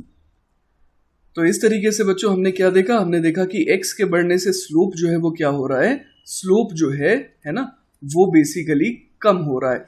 तो इस तरीके से हम लोग यहाँ पर क्या कह सकते हैं, हम लोग यहाँ पर कह सकते हैं कि d2y by d x square वो कैसा होगा, वो होगा नेगेटिव, क्योंकि स्लोप जो है वो x के बढ़ने से क्या हो रहा है, कम हो रहा है, और अगर कोई चीज कम हो रही है तो उसका रेट ऑफ चेंज क्या आएगा, नेगेटिव आएगा ना। तो यहाँ पर स्लोप का रेट ऑफ चेंज वो क्या आ रहा है, नेगेटिव आ रहा है। ठीक है, और इसके अलावा हमने एक और चीज क्या देखी कि dy बाई डी एक्स वो तो हर जगह ही क्या आ रहा है, नेगेटिव आ रहा है, क्योंकि थीटा जो है ना, वो हर जगह कैसा है, ऑब्ट्यूस है। ऑलराइट, तो चलिए बच्चों एक और एग्जांपल लेते हैं डिक्रीजिंग फंक्शन का। तो यहाँ पर भी हम लोग देख पा रहे हैं कि x के अलोंग अगर आप आगे बढ़ रहे हैं तो y लगातार क्या होता जा रहा है, कम होता जा रहा है ना। तो हम लोग समझ पा रहे हैं कि यहाँ पर भी delta y by delta x क्या आना चाहिए, delta y by delta x negative आना चाहिए, क्योंकि डेल्टा एक्स अगर पॉजिटिव है तो डेल्टा वाई उसके करस्पॉन्डिंग नेगेटिव आ रहा है, ठीक है। और इसी चीज़ को हम लोग एक और तरीके से देख सकते हैं, है ना। किसी भी जगह पर अगर आप एक टेंजेंट ड्रॉ करें ना, जैसे यहाँ पर मैंने टेंजेंट ड्रॉ किया, तो आप देख पा रहे हैं कि ये पॉजिटिव एक्स एक्सिस के साथ कैसा एंगल बना रहा है। तो पॉजिटिव एक्स एक्सिस के साथ लेट अस से ये थीटा एंगल बना रहा है। तो ये जो थीटा है ना, वो कैसा है, वो तो ऑब्ट्यूस है। क्लियर है। तो हम लोग समझ पा रहे हैं कि tan ऑफ थीटा वो कैसा आएगा, वो तो नेगेटिव आएगा, ठीक है। तो वही देखिए बच्चों, मैंने यहाँ पर लिख दिया है कि dy बाई डी एक्स जो है वो इस केस में हर जगह नेगेटिव आ रहा है, ठीक है ना। इसके अलावा देखिए बच्चों, मैंने यहाँ पर अलग अलग लोकेशंस पर, है ना, यहाँ पर टेंजेंट बनाया। जैसे कि एक टेंजेंट बनाया eight x equal to x1 और एक टेंजेंट बनाया eight x equal to x2। तो यहाँ पर इन दोनों जगहों पर जो टेंजेंट बना है उसमें एक फर्क देख पा रहे हैं आप, है ना। यहाँ पर देख पा रहे हैं कि सबसे पहले केस में ये था लेट अस से θ1, और अगले केस में जो हम लोग एंगल देख पा रहे हैं ना, अगले केस में जो ये रहा हम लोग एंगल देखने वाले हैं विथ पॉजिटिव एक्स एक्सिस, तो वो हम लोग देख पा रहे हैं कि इस बार जो θ2 है ना, वो क्या हो गया, ग्रेटर दैन θ1 हो गया। ऑल्दो दोनों ही कैसे एंगल्स हैं, दोनों ही देखिए बच्चों हैं ऑब्ट्यूस एंगल्स, है ना, ये both of them are obtuse angles. तो हम लोग देख पा रहे हैं कि इस बार एंगल जब ज्यादा होगा तो tan थीटा भी क्या होगा, ज्यादा होगा। तो इस तरीके से हम लोग देख पा रहे हैं कि x के बढ़ने से इस बार tan थीटा भी क्या हो रहा है, बढ़ रहा है। तो इसका मतलब क्या हुआ, स्लोप जो है इस बार कैसा है, स्लोप लगातार इंक्रीज कर रहा है।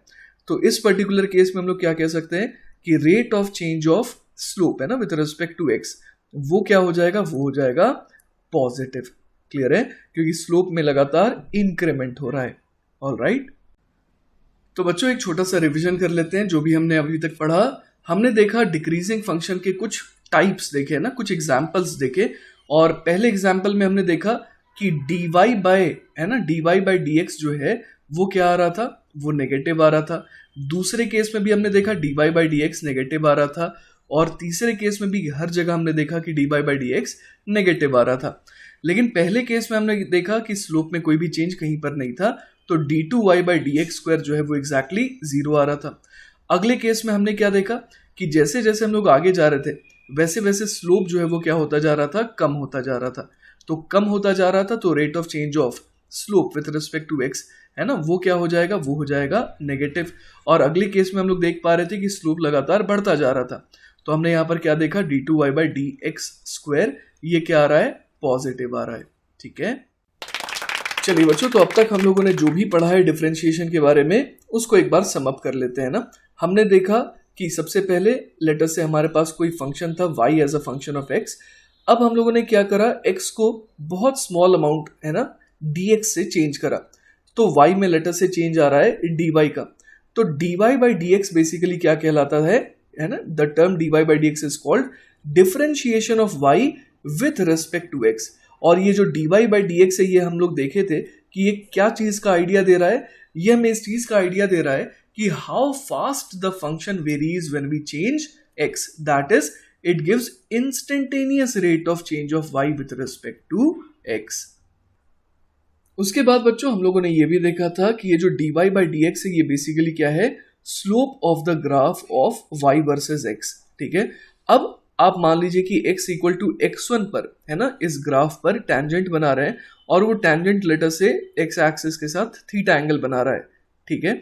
तो हम लोग यहाँ पर क्या कह सकते हैं, dy by dx at x equal to x1 ये किसके बराबर होगा, equal to the slope of tangent to curve at x equal to x1, जो कि किसके बराबर आ जाएगा, tan ऑफ थीटा के, ठीक है। तो tan of theta he basically क्या है, dy बाई dx है।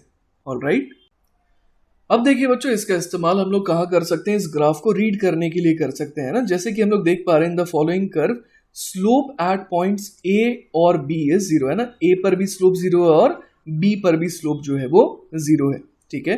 तो वही यहाँ लिखा है कि इन दोनों जगहों पर dy बाई dx क्या आएगा, जीरो आएगा।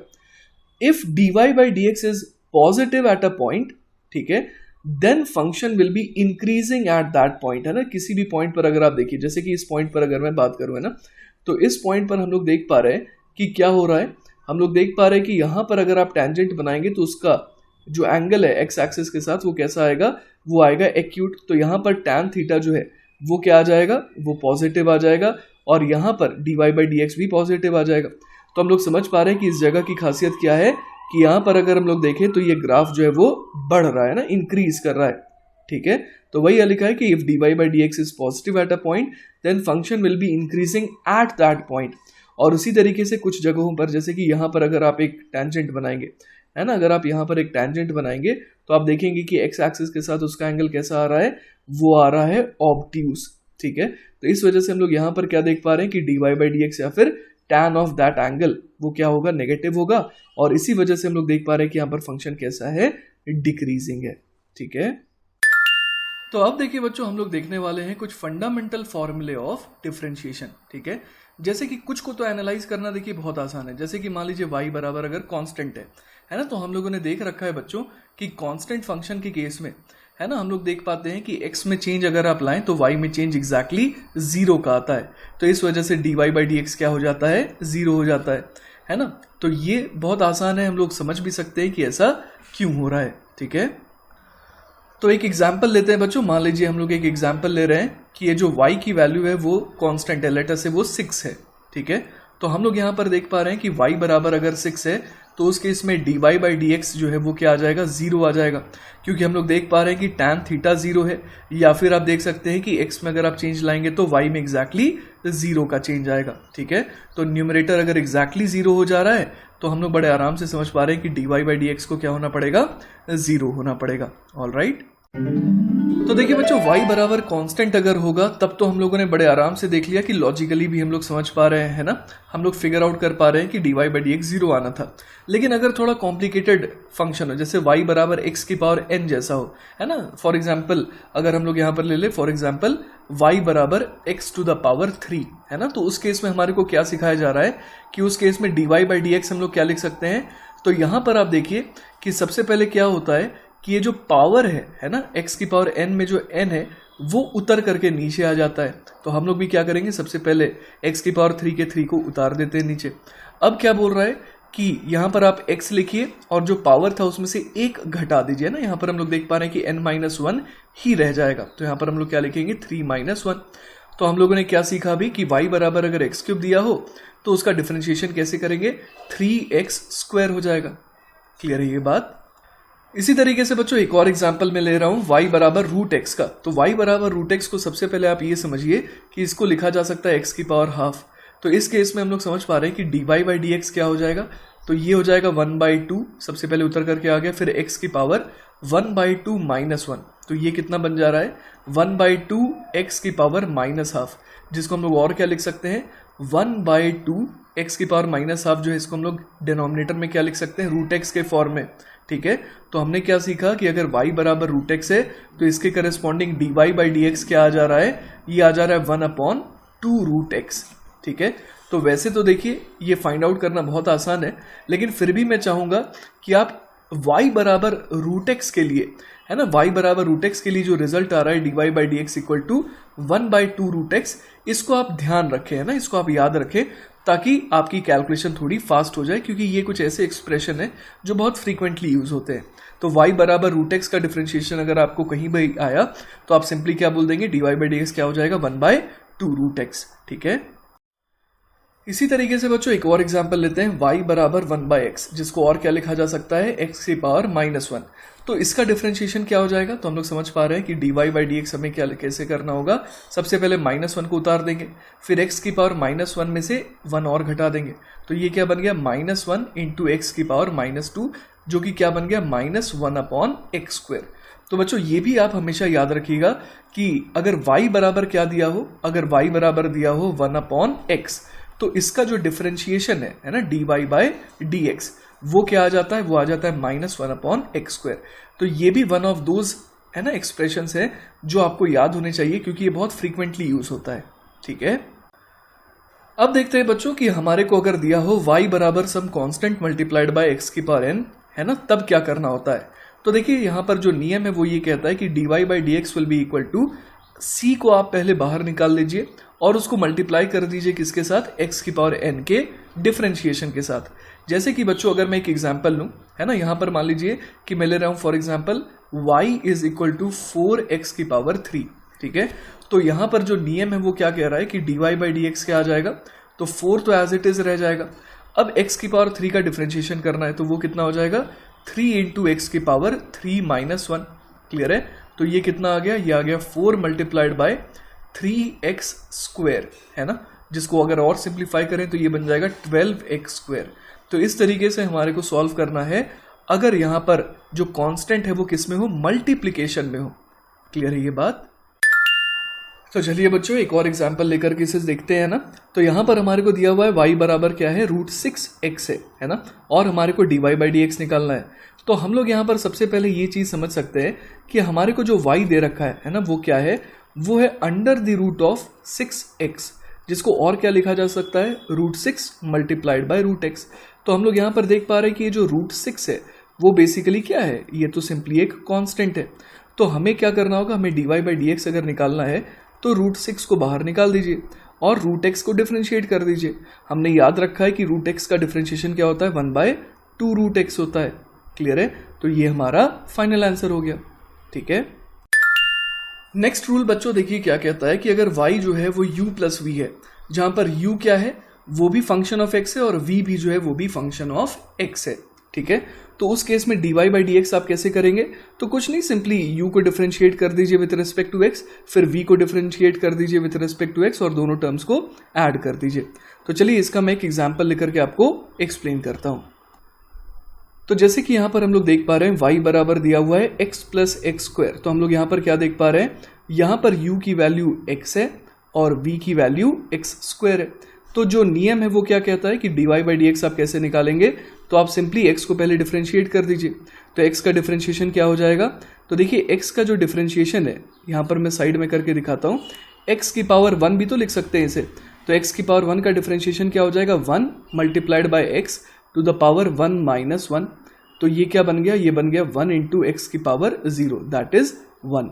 ठीक है, तो ये भी आप हमेशा याद रखिएगा बच्चों कि x का डिफरेंशिएशन है ना, अगर हमारे को y बराबर x दिया है तो उसका जो dy बाई डी एक्स है वो क्या आता है, 1 आता है। क्लियर है ये बात। तो कुछ चीज़ें हमें हमेशा याद होनी चाहिए, ये उनमें से एक है।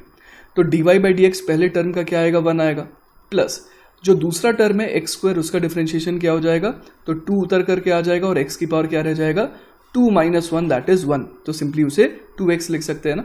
तो यहाँ पर हमारे पास देख पा रहे हैं कि dy बाई डी एक्स बड़े आराम से आ गया 1 प्लस 2x के बराबर। ठीक है, तो चलिए बच्चों एक और एग्जांपल लेकर के देखते हैं। जैसे y बराबर दिया हुआ है x प्लस 1 बाई √x और हमारे को dy बाई डी एक्स निकालना है। तो देखिए dy बाई डी एक्स क्या हो जाएगा, तो x का डिफरेंशिएशन अभी अभी हम लोगों ने देखा कि 1 हो जाएगा, प्लस अब ये जो अगला टर्म है ये बेसिकली क्या है, ये है x की पावर माइनस हाफ, है ना, x की पावर माइनस हाफ है। तो x की पावर माइनस हाफ को डिफरेंशिएट करेंगे कैसे, तो माइनस हाफ उतर करके आ जाएगा और x की पावर क्या रह जाएगा, माइनस हाफ माइनस 1। तो ये किस में कन्वर्ट हो जाएगा, ये बन जाएगा माइनस हाफ x की पावर -3/2, है ना। तो यहाँ पर हम लोग क्या लिखेंगे, dy by d x will be equal to 1 plus यहाँ पर आ जाएगा minus half x to the power -3/2।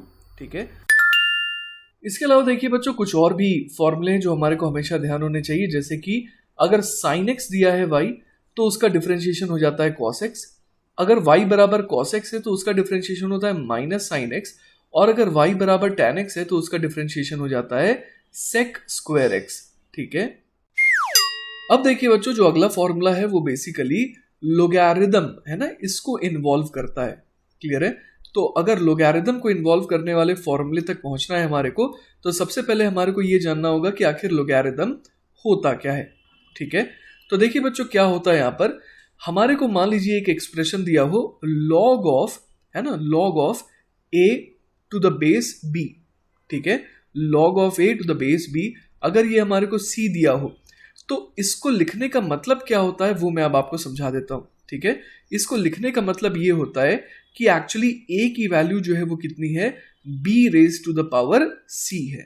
Clear है, तो a is equal to b की पावर c को लिखने का एक और तरीका क्या हो गया, log of a to the base b equal to c। Clear है ये बात, तो यही कहलाता है लोगैरिथम। ठीक है ना, तो चलिए बच्चों कुछ एग्जांपल लेकर के मैं आपको बताता हूं। जैसे कि मान लीजिए आपको दिया हो log of 8 to the base 2, तो ऑब्वियस है इसका जवाब क्या आएगा, इसका जवाब आएगा 3, क्योंकि हम लोग समझ पा रहे हैं कि ये जो है ना, यहाँ पर जो बेस में 2 है तो इसको किस पावर से रेज करें ताकि 8 आए, तो हम लोग समझ पा रहे हैं कि 2 की पावर 3 तो 8 होता है ना। तो इसका मतलब क्या हो गया कि हमारा जो रिजल्ट है वो क्या आना चाहिए, 3 आना चाहिए। क्लियर है ये बात। इसी तरीके से और एग्जाम्पल ले सकते हैं हम लोग, है ना, जैसे कि यहाँ पर ले सकते हैं log ऑफ 100, ठीक है, टू द बेस 10, तो इसका जवाब क्या आएगा। तो हम लोग समझ पा रहे हैं कि 10 को कौन सी पावर पे रेज करें ताकि 100 आए, तो हमारा जवाब हो जाएगा 2। क्लियर है ये बात। अब बच्चों लॉग की भी कुछ प्रॉपर्टीज होती है, जैसे कि मान लीजिए कि हमारे को दिया हो log of m to the base a plus log of n to the base a, तो ये एक्चुअली क्या बन जाता है, ये बन जाता है log of m into n to the base a। Clear है ये बात। जैसे कि मान लीजिए हमारे को क्या दे रखा हो, log of 4 to the base 3 plus log of 7 to the base 3, तो ये क्या बन जाएगा, log of 28 to the base 3 के बराबर। ठीक है। इसी तरीके से बच्चों अगर हमारे को दिया हो log m to the base a minus log n to the base a, तो ये बन जाता है log of m upon n to the base a। Clear है ये बात। तो इसका एग्जांपल हम लोग ले सकते हैं कि मान लीजिए यहाँ पर दिया हो log of 4 to the base 3 minus log of 2 to the base 3, तो ये क्या बन जाएगा, तो ये बन जाएगा log ऑफ 4 अपॉन 2, है ना, मतलब कि log of 2 to the base 3 बन जाएगा ये। ठीक है। एक और चीज का ध्यान दीजिएगा बच्चों, यहां पर अगर log ऑफ x लिखा हो और उसमें लिखा हो बेस e, ठीक है, तो यहां पर e जो है वो बेसिकली क्या है, e होता है बच्चों यूलर्स नंबर। क्लियर है, जिसकी वैल्यू जो है वो होती है 2.718 और इसके आगे भी बहुत सारी चीजें आती है। ठीक है, तो हम लोग जो है e को क्या कहते हैं, यूलर्स नंबर कहते हैं, जिसकी वैल्यू लगभग 2.718 जैसी होती है। ठीक है, तो यहां पर log x to the base e को लिखने का एक और तरीका होता है ln x, है ना, मतलब कि यहां पर ln x लिखने का मतलब क्या हुआ, the natural logarithm of a number. Clear है ये बात। तो यहां पर हम लोग समझ पा रहे हैं, है ना, कि ये जो e क्या है वो यूलर नंबर है और ये जो नंबर है वो बेसिकली क्या होता है, एक इरैशनल नंबर होता है और जिसकी हम लोगों ने यहां पर एक अप्रोक्सीमेट वैल्यू लिखी है। क्लियर है ये बात। इसके अलावा बच्चों ये जो यूलर्स नंबर है ना, इसको नेचुरल नंबर भी कहते हैं। क्लियर है ना। तो अब देखिए बच्चों बहुत फ्रीक्वेंटली हमारे को, है ना, ln x मिलेगा। ठीक है, तो ln x का मतलब क्या हो जाएगा, log x to the base e। Alright, तो बच्चों इससे रिलेटेड जो हमारे को अगला रिजल्ट ध्यान रखना है वो क्या है कि अगर y दिया हो log x to the base e या फिर ln x, तो dy बाई dx उसका क्या आ जाता है, 1 अपॉन x आ जाता है। ये हमें हमेशा याद होना चाहिए। ठीक है, तो चलिए बच्चों पिछले फॉर्मूले से रिलेटेड एक सवाल करने की कोशिश करते हैं। सवाल में हमारे को दे रखा है log of x to the base 10, है ना। अगर ये हमारे को दे रखा है कि ये y है, तो अब हमें dy बाई dx निकालना है। ठीक है, तो देखिए बच्चों यहां पर हमारे को जरूरत पड़ेगी लोगैरिथम्स चेंज ऑफ बेस रूल। ठीक है, तो देखिए इसका फॉर्मूला क्या होता है कि अगर आपको दिया हो log of a to the base b, तो आप इसको और क्या लिख सकते हैं, आप इसको लिख सकते हैं log of a to the base some other d upon log of base to that same d। ठीक है, तो इसका इस्तेमाल देखिए हम लोग यहां पर कैसे करेंगे। तो देखिए log of x to the base 10 हमारे को दिया हुआ है, तो हम लोग समझ पा रहे हैं कि इसको हम लोग क्या लिख सकते हैं, log of x to the base. अब हम लोग कोई भी मनचाहा बेस यहां पर ले सकते हैं, तो लेटर से कि मैं e ले रहा हूं बेस। ठीक है, और यहां पर नीचे क्या लिखना होगा, log ऑफ यहां पर 10 लिखना होगा टू द बेस। अब बेस तो जो हमने ऊपर लिया वही लेना होगा, तो यहां पर क्या लिखेंगे, e लिखेंगे। ठीक है, तो हमारा सवाल जो है वो क्या बन गया, y बराबर हमारे पास बन गया 1 upon log of 10 to the base e multiplied by log of x to the base e। ठीक है, अब देखिए बच्चों यहां पर हम लोग क्या देख पा रहे हैं कि ये जो टर्म है वो बेसिकली क्या है, ये तो एक कांस्टेंट है, क्योंकि e है 10 है, ये सब कुछ तो क्या है, कांस्टेंट्स है ना। तो बच्चों ऐसे केस में हम लोग समझ पा रहे हैं कि इसे डिफरेंशिएट कैसे करेंगे। dy बाई dx जो है वो सिंपली आ जाएगा, ये जो कांस्टेंट टर्म मल्टीप्लिकेशन में उसको एज इट इज रहने देंगे, तो यहाँ पर क्या लिखेंगे 1 अपॉन ln 10 लिख देते हैं ना, क्योंकि log 10 to the base e को ln 10 भी लिखा जा सकता है, और यहाँ पर हमारे पास क्या था, ln x था, तो ln x का डिफरेंशिएशन क्या होता है, 1/x होता है। क्लियर है? तो हमारा आंसर क्या हो गया, 1/ln 10, और यहाँ पर क्या आ जाएगा, साथ में x आ जाएगा। क्लियर है ये बात? नेक्स्ट बच्चों हमारे को जो रूल्स याद रखने हैं वो है, अगर y बराबर e की पावर x दिया हुआ हो तो e की पावर x बच्चों आपको ध्यान रखना है कि ये बहुत ही स्टबर्न फंक्शन होता है। इसको आप डिफरेंशिएट भी करेंगे तो भी ये क्या बन जाता है, e की पावर x ही रह जाता है। ठीक है? अब यहाँ पर मान लीजिए कि e के बदले कोई भी और कांस्टेंट हो, लेटर से a हो, है ना, तो y बराबर a की पावर x जो है उस केस में क्या आ जाता है, a की पावर x तो आता ही है, साथ में एक और टर्म आ जाता है log of a to the base e। ठीक है? तो अगर आप ऊपर वाले एक्सप्रेशन को देखें तो यहां पर भी हम लोग ये 10th वाला फॉर्मूला अगर लगाएं तो क्या आ जाएगा, log ऑफ, है ना, log of e to the base e multiplied by e to the power x। तो ये जो log e to the base e है ये तो बेसिकली क्या हो जाएगा, 1 हो जाएगा।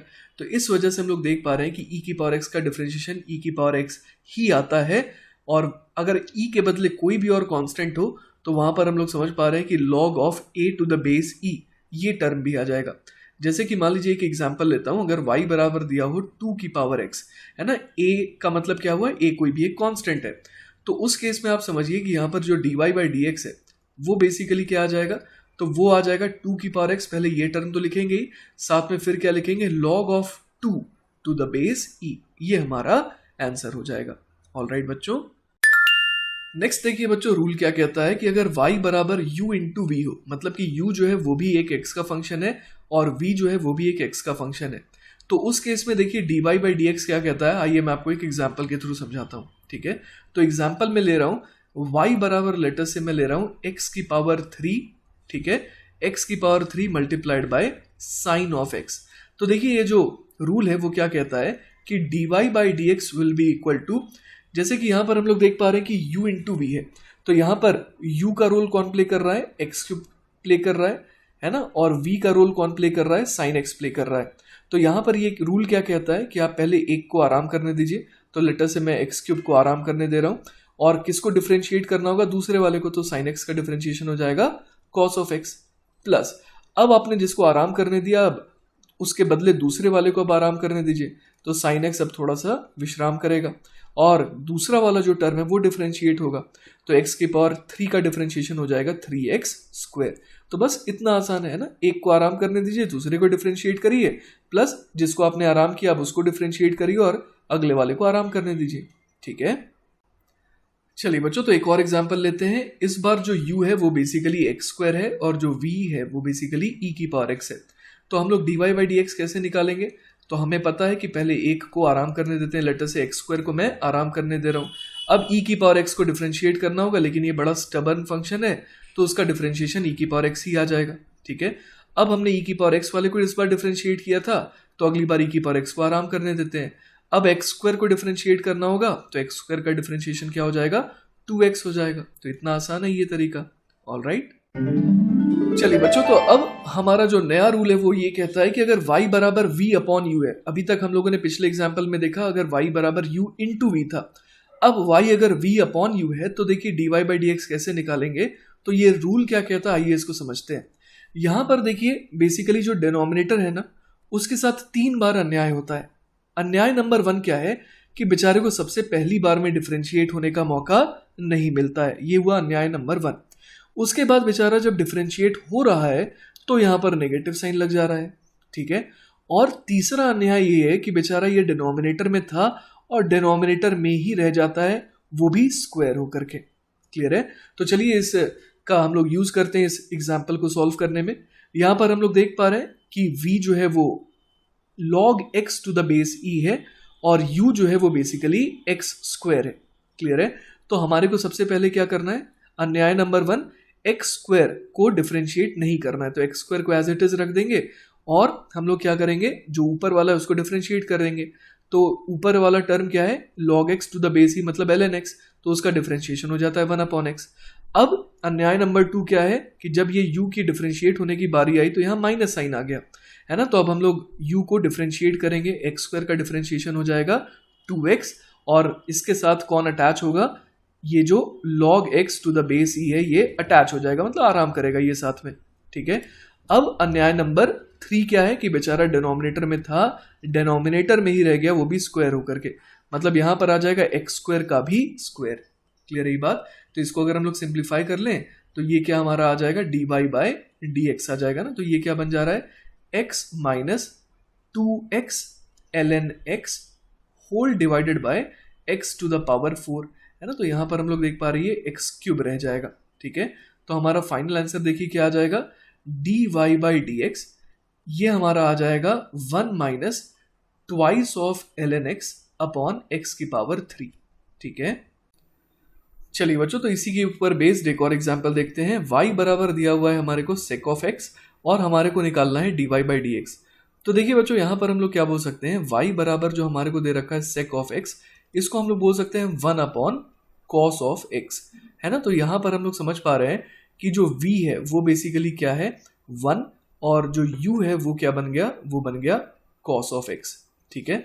तो अब सोचते हैं इसे डिफरेंशिएट कैसे करेंगे। तो dy बाई डी एक्स जो है वो क्या हो जाएगा, सबसे पहले हम लोग किसके साथ अन्याय करेंगे, cos x के साथ। बेचारे को डिफरेंशिएट होने का मौका नहीं मिलेगा, 1 डिफरेंशिएट होगा लेकिन उसका डिफरेंशिएशन हो जाएगा 0 क्योंकि वो कांस्टेंट है। फिर आएगा माइनस साइन, 1 आराम करेगा और cos x का डिफरेंशिएशन हो जाएगा माइनस साइन x। और आखिरी चीज जो हमारे को करनी है वो ये है कि हमारे को जो डिनोमिनेटर में cos x है उसे डिनोमिनेटर में ही रखना है विद अ स्क्वायर। तो यहां पर हो जाएगा cos स्क्वायर x। तो हमारा जवाब देखिए क्या आ गया, हमारा जवाब आ गया sine x upon cos square x। तो इसको हम लोग थोड़ा और सिंप्लीफाई कर सकते हैं। तो हम लोग यहाँ पर कह सकते हैं कि dy by d x basically क्या जा रहा है, sine x upon cos x, और डिनोमिनेटर में cos x एक और लगाना होगा cos स्क्वायर x है। तो ये बेसिकली क्या बन गया, ये बन गया tan x, है ना। और ये हम लोग देख पा रहे हैं कि 1 अपॉन cos x है, तो ये बन गया sec ऑफ x। तो हमने क्या सीखा कि अगर y बराबर sec x दिया हो तो जो dy बाई डी एक्स है ना, जो dy बाई डी एक्स है वो क्या बन जा रहा है, वो बन जा रहा है sec x into tan x के बराबर, ठीक है। तो ये भी आप हमेशा याद रखिएगा, ऑलराइट। इसी तरीके से बच्चों हम लोग y बराबर कोसेक x का भी डिफरेंशिएशन कर सकते हैं, है ना। यहाँ पर हम लोग समझ सकते हैं कि y बराबर कोसेक x को क्या लिखा जा सकता है, 1 अपॉन साइन x, ठीक है। तो अगर हम लोग dy बाई डी एक्स निकालना चाहें तो क्या करेंगे, साइन x को सबसे पहले आराम करने देंगे, 1 का डिफरेंशिएशन 0 हो जाएगा, फिर आएगा माइनस। अब यहाँ पर हम लोग 1 को आराम करने देंगे और साइन x का डिफरेंशिएशन हो जाएगा cos ऑफ x, और इस पूरे को किससे डिवाइड कर देंगे, साइन x के स्क्वायर से ना, मतलब साइन स्क्वायर x। तो यहाँ पर क्या देख पा रहे हैं कि dy बाई डी एक्स जो है वो बेसिकली क्या जा रहा है, cos x upon sine x, cos x upon sine x multiplied by 1 upon sine x। तो हम लोग देख पा रहे हैं कि y बराबर कोसेक x का डिफरेंशिएशन क्या हो जा रहा है, तो वो हो जा रहा है, अच्छा एक चीज और देखिए, यहाँ पर माइनस साइन भी है तो यहाँ पर हमारे को -1 लिखना पड़ेगा। तो dy बाई डी एक्स क्या जा रहा है, minus of cosec x cot of x। तो इस चीज का ध्यान दीजिएगा बच्चों कि अगर y बराबर कोसेक x का है तो उसका डिफरेंशिएशन क्या हो जाता है, minus of cosec x cot of x के बराबर। तो ये भी अगर आपको याद रहे तो बहुत ही अच्छा रहेगा, ऑलराइट। चलिए बच्चों एक और एग्जांपल लेते हैं। लेट अस से कि मैं ले रहा हूं y बराबर कॉट ऑफ x, है ना। तो अब मुझे dy बाई डी एक्स निकालना है, क्लियर है ये बात। तो देखिए यहां पर हम लोग समझ पा रहे हैं कि यहां पर कॉट x को क्या लिख सकते हैं, y बराबर cos x upon sine x, है ना। तो हम लोग यहाँ पर समझ पा रहे हैं कि cos x जो है वो v है और sin x जो है वो u है। तो यहाँ से dy बाई डी एक्स क्या आ जाएगा, तो सबसे पहले sin x को आराम करने देंगे, ठीक है। cos x को डिफरेंशिएट करेंगे तो हो जाएगा माइनस साइन x, फिर आएगा एक माइनस का साइन, ठीक है। अब जो है कौन आराम करेगा, अब आराम करेगा cos ऑफ x, और डिफरेंशिएट किसे करेंगे, साइन x को, तो उसका डिफरेंशिएशन cos x हो जाएगा। और इस पूरे को हमें डिवाइड करना होगा किसके साथ, साइन x के स्क्वायर के साथ, है ना। तो यहाँ आ जाएगा साइन स्क्वायर x। तो देखिए बच्चों यहाँ से हमारा जो रिजल्ट है वो क्या आ जाएगा, ये देखिए आ जा रहा है minus of sine square x plus cos square x upon sine square x। तो sine square x plus cos square x तो 1 होता है, तो ये क्या बन जा रहा है, minus of cosec square x, ठीक है। तो ये अगर आपको ध्यान रहे तो बहुत ही अच्छा रहेगा कि अगर y बराबर कॉट x है तो उसका डिफरेंशिएशन जो है वो क्या होता है, उसका जो डिफरेंशिएशन है वो हो जाता है minus of cosec square x, ठीक है।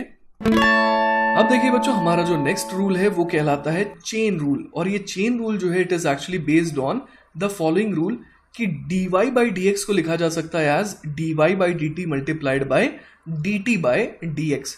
यहाँ पर y जो है वो क्या है, y जो है वो फंक्शन ऑफ t है, और t जो है वो खुद क्या है, वो फंक्शन ऑफ x है। ये समझना बच्चों एक एग्जाम्पल के थ्रू हम लोग कर सकते हैं।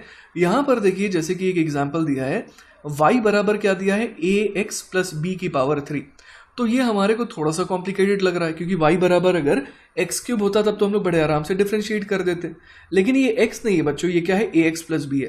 तो ऐसे केस में हम लोग क्या कर सकते हैं, हम लोग बोल सकते हैं कि जैसे y बराबर दिया हुआ है ax प्लस बी की पावर 3, तो थोड़ी देर के लिए मैं क्या कर सकता हूँ, ax प्लस बी को लेटर से कि मैं कह दे रहा हूँ कि ये t है, ठीक है।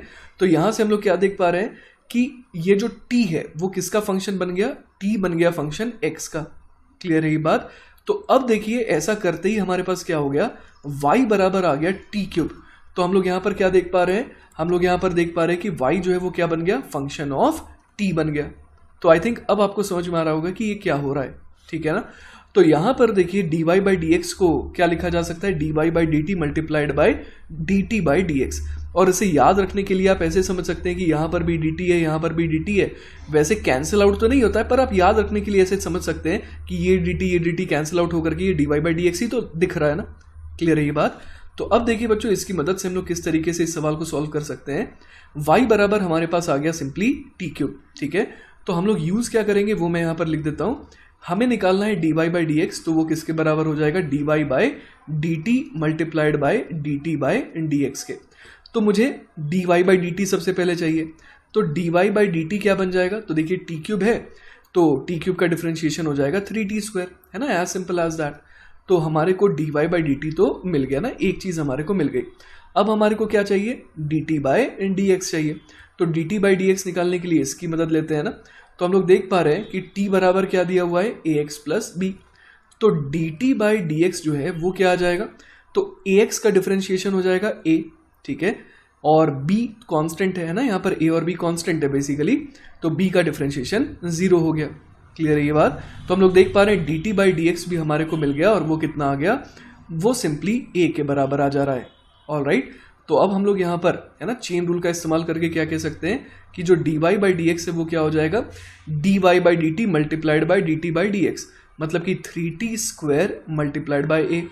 अब देखिए यहाँ पर ये जो t है वो तो हम लोगों ने माना है ना, तो यहाँ पर हम लोग क्या लिख देंगे, t को वापस से, है ना, t क्या था, आइए दिखाता हूँ मैं, t था ax प्लस बी, तो वापस से इसको हम लोग इसी फॉर्म में लिख देंगे, ax प्लस बी की पावर 2 इंटू a। तो हमारे को क्या चाहिए था, dy बाई डी एक्स चाहिए था। तो देखिए हम लोगों ने यहाँ पर चेन रूल का यूज करके बड़े आराम से इसे सॉल्व कर लिया, ठीक है। अब देखिए बच्चों, चेन रूल को यूज करने का एक और आसान तरीका मैं आपको बता रहा हूँ। देखिए आपको क्या करना है, यहाँ पर y बराबर, यहाँ पर आपको किस तरीके का फंक्शन दिख रहा है, समथिंग की पावर 3 का। तो मैं आपको याद दिला दूं, अगर y बराबर फॉर एग्जांपल x क्यूब होता तो आप dy बाई डी एक्स क्या बोल देते, आप dy बाई डी एक्स बोल देते 3x स्क्वायर, है ना, सिंपली ये बोल देते। तो यहाँ पर आप क्या करिए, स्टेप 1 में सबसे पहले आप ये देखिए कि y बराबर समथिंग की पावर 3, मतलब y बराबर x की पावर 3 जैसा कुछ फंक्शन दिख रहा है, तो आप इसको अंदर वाले टर्म को थोड़ी देर के लिए ढक दीजिए और आप इसको डिफरेंशिएट कर दीजिए, ये मानते हुए कि ये x है।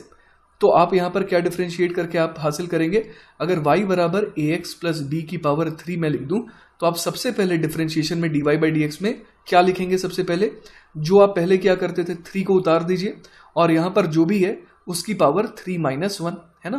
तो यहाँ पर ये बेसिकली हमें पता है कि अंदर क्या है, ax प्लस बी है, ठीक है।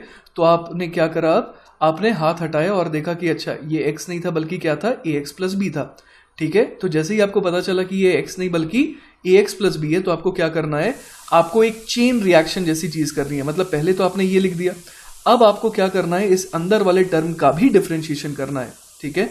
तो ax प्लस बी का डिफरेंशिएशन क्या हो जाएगा, तो ax प्लस बी का डिफरेंशिएशन कैसे करेंगे, तो पहले ax का डिफरेंशिएशन a हो जाएगा और b का डिफरेंशिएशन 0, तो सिंपली ये तो इतना आ जाएगा।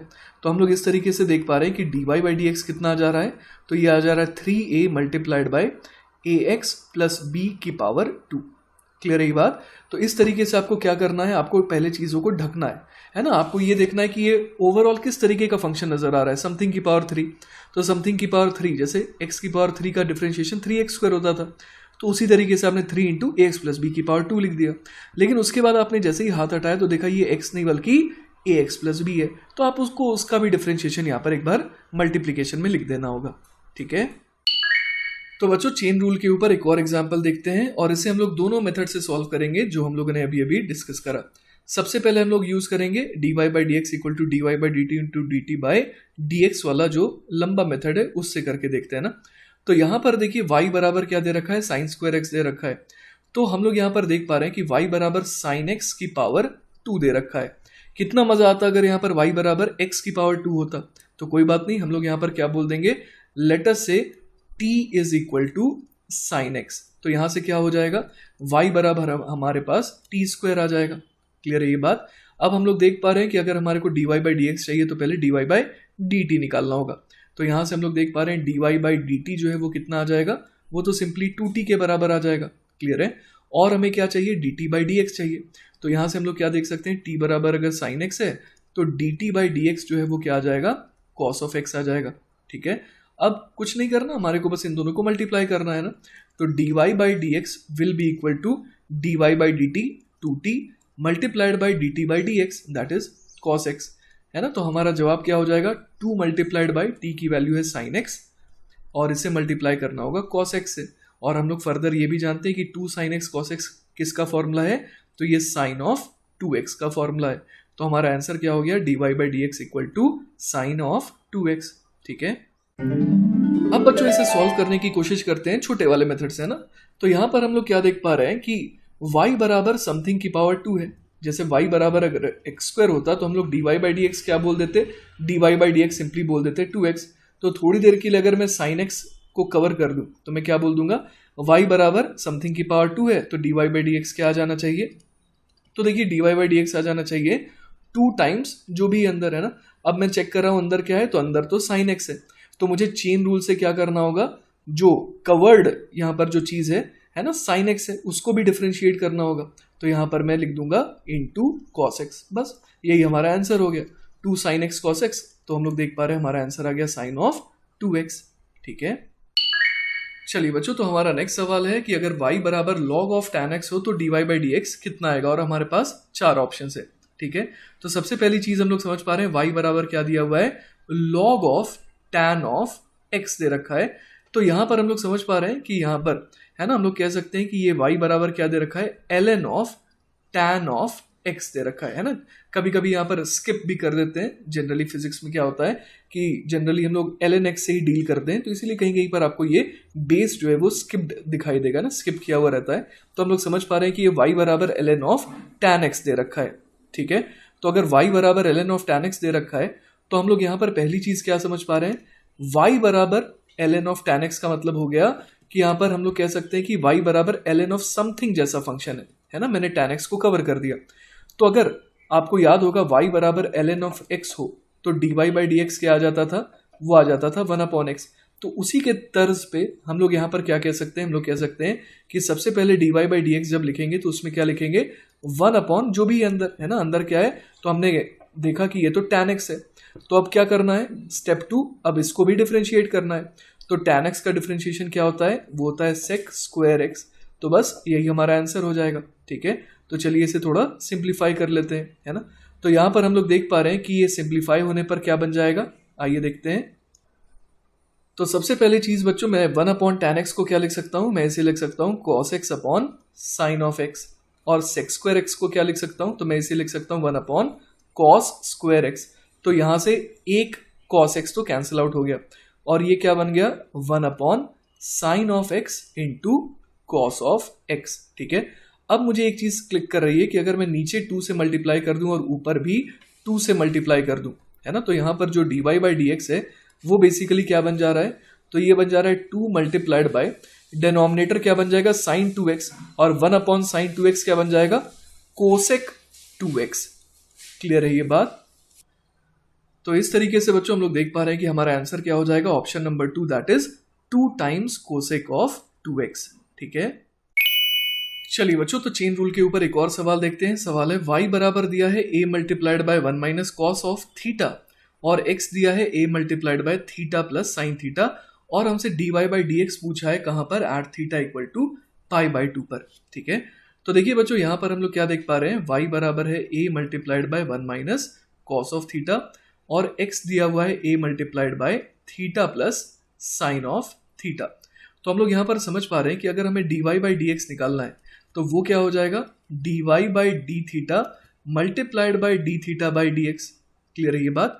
तो यहाँ पर सबसे पहले एक काम करते हैं, y की मदद से dy बाई डी थीटा निकालते हैं। तो dy बाई डी थीटा कितना हो जाएगा, तो देखिए बच्चों ये कैसे कैलकुलेट करेंगे। हमारे को क्या दे रखा है, y बराबर a minus a cos theta, है ना। तो यहाँ से हम लोग समझ सकते हैं कि अगर dy बाई डी थीटा निकालना है तो वो कितना हो जाएगा, a तो कांस्टेंट है, ठीक है, तो a का डिफरेंशिएशन 0। अब यहाँ पर माइनस a कॉस थीटा है तो मैं यहाँ माइनस a लिख देता हूँ और कॉस थीटा का डिफरेंशिएशन हो जाएगा माइनस साइन थीटा। क्लियर है ये बात? तो यहाँ से dy बाई डी थीटा कितना आ गया, तो ये आ गया a साइन ऑफ थीटा के बराबर। ऑलराइट, इसी तरीके से बच्चों अब हमें क्या निकालना है, D theta by d x. तो सबसे पहले एक काम करते हैं, D x by D theta निकाल लेते हैं, है ना। तो D x by D theta कैसे निकालेंगे, तो देखिए हमारे को x दे रखा है a into theta plus sine theta, है ना।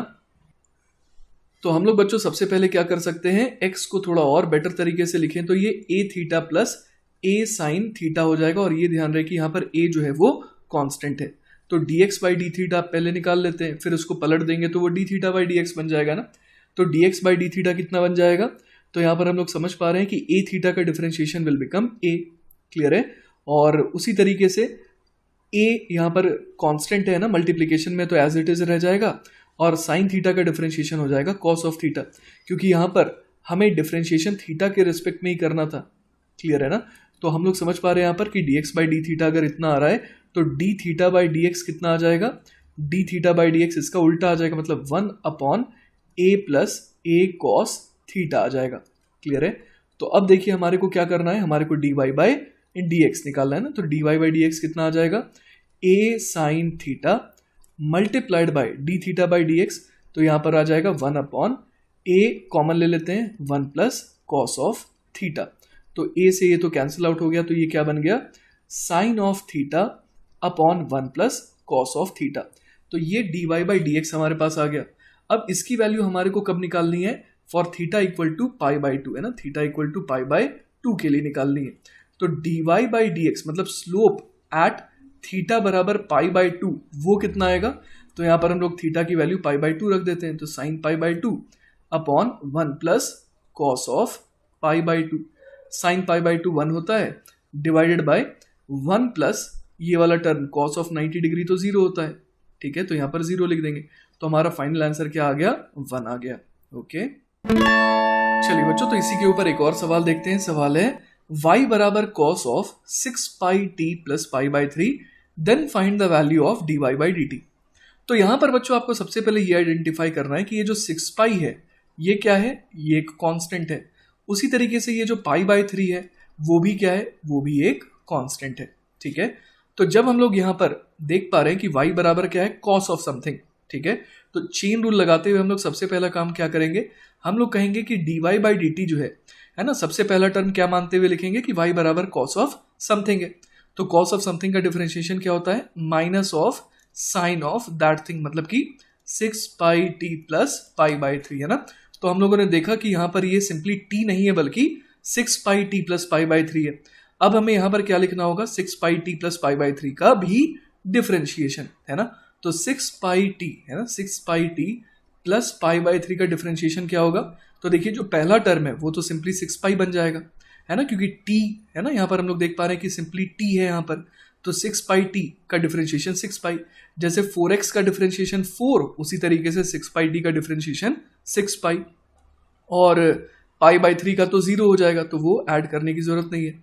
तो यहाँ पर सिंपली हम लोग 6 पाई लिख देंगे। ठीक है, तो ये हो जाएगा बच्चों हमारा फाइनल आंसर, है ना। तो dy बाई डी टी क्या आ रहा है, ये आ रहा है minus 6 pi multiplied by sine of 6 pi t plus pi by 3। Alright, अब देखिए बच्चों कुछ और फॉर्मूले देखते हैं डिफरेंशिएशन के, है ना। तो यहाँ क्या दिया है, if y is a trigonometrical function of u और u जो है वो खुद क्या है, वो फंक्शन ऑफ x है। क्लियर है ये बात। y जो है वो एक ट्रिग्नोमेट्रिकल फंक्शन है, किसका, u का, और u जो है वो खुद क्या है, फंक्शन ऑफ x है। मतलब यहाँ पर जैसे आप साइन ऑफ u देख पा रहे हैं, है ना, तो यहाँ पर हम लोग जो पहला एग्जाम्पल लिए हैं तो उसके हिसाब से हम लोग क्या कह पा रहे हैं कि y जो है वो क्या है, साइन ऑफ u है। लेकिन ये जो u है ना बच्चों, ये खुद क्या है, फंक्शन ऑफ x है। क्लियर है ये बात। तो उस केस में हमारे को क्या करना होगा, हम लोग समझ पा रहे हैं कि साइन ऑफ u का डिफरेंशिएशन क्या हो जाएगा, कॉस ऑफ u। लेकिन चेन रूल से हमारे को u को भी डिफरेंशिएट करना होगा विद रिस्पेक्ट टू x। तो यहाँ पर क्या आ जाएगा, साइन u का आ जाएगा कॉस u। लेकिन हम लोग इतने में रुकेंगे नहीं, हमें फिर फर्दर क्या करना होगा, du बाई dx भी करना होगा। तो इसका एक मैं एग्जाम्पल लेकर के आपको दिखाता हूँ। जैसे कि y बराबर लेटर से ये है साइन ऑफ एक्स क्यूब, ठीक है। तो अगर आपको dy बाई dx चाहिए तो आप क्या करेंगे, साइन ऑफ, है ना, साइन ऑफ समथिंग का डिफरेंशिएशन पहले तो आप क्या लिख देंगे, आप लिख देंगे कॉस ऑफ दैट थिंग, है ना, कॉस ऑफ एक्स क्यूब। अब लेकिन फर्दर आपको क्या करना है, इस एक्स क्यूब को भी डिफरेंशिएट करना है विद रिस्पेक्ट टू एक्स। मतलब यहाँ पर मल्टीप्लाई कर देंगे 3x²। तो एक तरीके से आपको समझ में आ रहा होगा कि ये कोई नई चीज़ नहीं है, ये वही है जो हम लोगों ने पढ़ा था, बस एक अलग तरीके से यहाँ पर देख रहे हैं, है ना, एज फॉर्मूला हम लोग यहाँ पर देख रहे हैं, है ना। तो वैसे ही यहाँ पर कॉस यू है तो पहले माइनस साइन यू आ जाएगा, फिर u का भी डिफरेंशिएशन करना होगा विद रिस्पेक्ट टू x, है ना। और इसी तरीके से हम लोग के पास और भी फॉर्मूले यहाँ पर आ गए। क्लियर है। चलिए बच्चों, तो अब हम लोग आ चुके हैं बहुत ही इंपॉर्टेंट टॉपिक पर, जिसका नाम है मैक्सिमा एंड मिनिमा। तो देखिए बच्चों, हमारे पास एक ग्राफ है जिसमें हम लोग देख पा रहे हैं कि y as a function of x दिया हुआ है, ठीक है। अब यहाँ पर दो स्पेशल पॉइंट्स हैं x1 और x2। इनकी खासियत क्या है, तो हम लोग देख पा रहे हैं at x equal to x1 यहाँ पर मिनिमा आ रहा है ना। यहाँ पर हम लोग देख पा रहे हैं क्या आ रहा है, मिनिमा आ रहा है। और x2 पर हम लोग देख पा रहे हैं कि मैक्सिमा आ रहा है। क्लियर है। तो यहाँ पर इस लोकेशन को हम लोग क्या बोलते हैं कि यहाँ पर क्या आ रहा है, यहाँ पर जो है मिनिमा आ रहा है, ठीक है, MINIMA। और इधर क्या आ रहा है, इधर आ रहा है मैक्सिमा। तो मैक्सिमा हो चाहे मिनिमा हो, दोनों में हम लोग देख पा रहे हैं कि अगर इस जगह पर टेंजेंट ड्रॉ किया जाए तो वो बिल्कुल एक्स एक्सिस के पैरेलल आ रहा है। तो मैक्सिमा एंड मिनिमा की जो है ना, जो खासियत है वो ये है कि यहाँ पर dy बाई dx क्या आ जाता है, एग्जैक्टली इक्वल टू 0 आ जाता है, ठीक है। लेकिन इन दोनों में कुछ तो फर्क है जिसकी वजह से एक मैक्सिमा बना और एक मिनिमा बना। तो आइए वो फर्क आइडेंटिफाई करते हैं, ठीक है। तो देखिए बच्चों, यहाँ पर हम लोग देख पा रहे हैं x1 के ठीक पहले स्लोप कैसा था। तो हम लोग देख पा रहे हैं कि अगर यहाँ टेंजेंट बना है तो वो एक्स एक्सिस के साथ ऑब्ट्यूज एंगल बना रहा है। फिर एग्जैक्टली x1 पर देखें तो यहाँ पर तो dy बाई dx 0 है। और थोड़ा सा आगे गए तो हम लोग देख पा रहे हैं कि यहाँ पर जो स्लोप है वो पॉजिटिव आ रहा है, क्योंकि थीटा जो है वहाँ पर कैसा है, एक्यूट है। तो हम लोग देख पा रहे हैं कि ये जो x इक्वल टू x1 है, मतलब जहाँ पर मिनिमा बन रहा है, तो उसके अराउंड हम लोग देख पा रहे हैं कि जो स्लोप है उसका वेरिएशन किस तरीके का है। तो पहले स्लोप जो है वो नेगेटिव था, है ना, यहाँ पर नेगेटिव था, यहाँ पर 0 हो गया और यहाँ पर पॉजिटिव हो गया। तो कोई चीज़ अगर नेगेटिव से 0 हो रही है फिर 0 से पॉजिटिव हो रही है, तो हम लोग समझ सकते हैं कि इस रीजन में क्या हो रहा है, इस रीजन में स्लोप का जो रेट ऑफ चेंज है वो कैसा है, वो पॉजिटिव है। तो x इक्वल टू x1 पर भी हम लोग यही बात कह सकते हैं कि भले इस मोमेंट पर स्लोप 0 है, लेकिन अगले मोमेंट पर क्या होगा, स्लोप बढ़ेगा। क्लियर है ये बात। तो हम लोग यहाँ पर क्या कह सकते हैं कि ये जो मिनिमा है ना, इसकी खासियत क्या है, मिनिमा की खासियत ये है कि यहाँ पर dy बाई dx तो 0 है ना, dy by dx equal to 0 है, इसमें तो कोई डाउट नहीं है। लेकिन एक और चीज़ हम लोग देख पा रहे हैं कि d2y बाई dx स्क्वायर, है ना, अगर eight x equal to x1 हम लोग देखें तो वो कैसा आ जा रहा है, वो पॉजिटिव आ रहा है, क्योंकि स्लोप इस रीजन में क्या हो रहा है, स्लोप लगातार बढ़ता ही जा रहा है ना, नेगेटिव से 0, 0 से फिर पॉजिटिव। क्लियर है ये बात। उसी तरीके से हम लोग अगर मैक्सिमा की बात करें, है ना, अगर हम लोग मैक्सिमा की बात करें तो हम लोग यहाँ पर ऑलरेडी क्या कह चुके हैं कि dy बाई dx तो गारंटीड 0 है ही, है ना। लेकिन आप इसके अराउंड अगर स्लोप की बात करें तो पहले स्लोप क्या था, आप देख पा रहे हैं कि थीटा शुरुआत में एक्यूट था, तो पहले स्लोप पॉजिटिव था, फिर स्लोप x2 पर एग्जैक्टली 0 हो गया, और उसके बाद अगर आप टेंजेंट बना रहे हैं तो आप देख पा रहे हैं कि उसका स्लोप नेगेटिव हो रहा है। तो पहले पॉजिटिव, फिर 0, फिर नेगेटिव, मतलब स्लोप लगातार इस रीजन में क्या होता जा रहा है, स्लोप लगातार कम होता जा रहा है। तो eight x equal to x2 हम लोग क्या बोल सकते हैं, d2y बाई dx स्क्वायर जो है eight x equal to x2 वो क्या हो जाएगा, वो हो जाएगा नेगेटिव, ठीक है। तो देखिए बच्चों, जो हम लोगों ने यहाँ पर अभी अभी पढ़ा उसको हम लोग यहाँ पर फिर से लिख लेते हैं कि मिनिमा में क्या हुआ, dy बाई डी एक्स जो है वो तो जीरो आ ही रहा है ना, और वो कहाँ पर आ रहा है, x इक्वल टू x1 पर, और वहाँ पर d2y by d x square कैसा आ रहा है, पॉजिटिव आ रहा है। लेकिन मैक्सिमा की बात करें तो वहाँ पर भी dy बाई डी एक्स तो जीरो है, और वो कहाँ पर आ रहा है, x इक्वल टू x2 पर।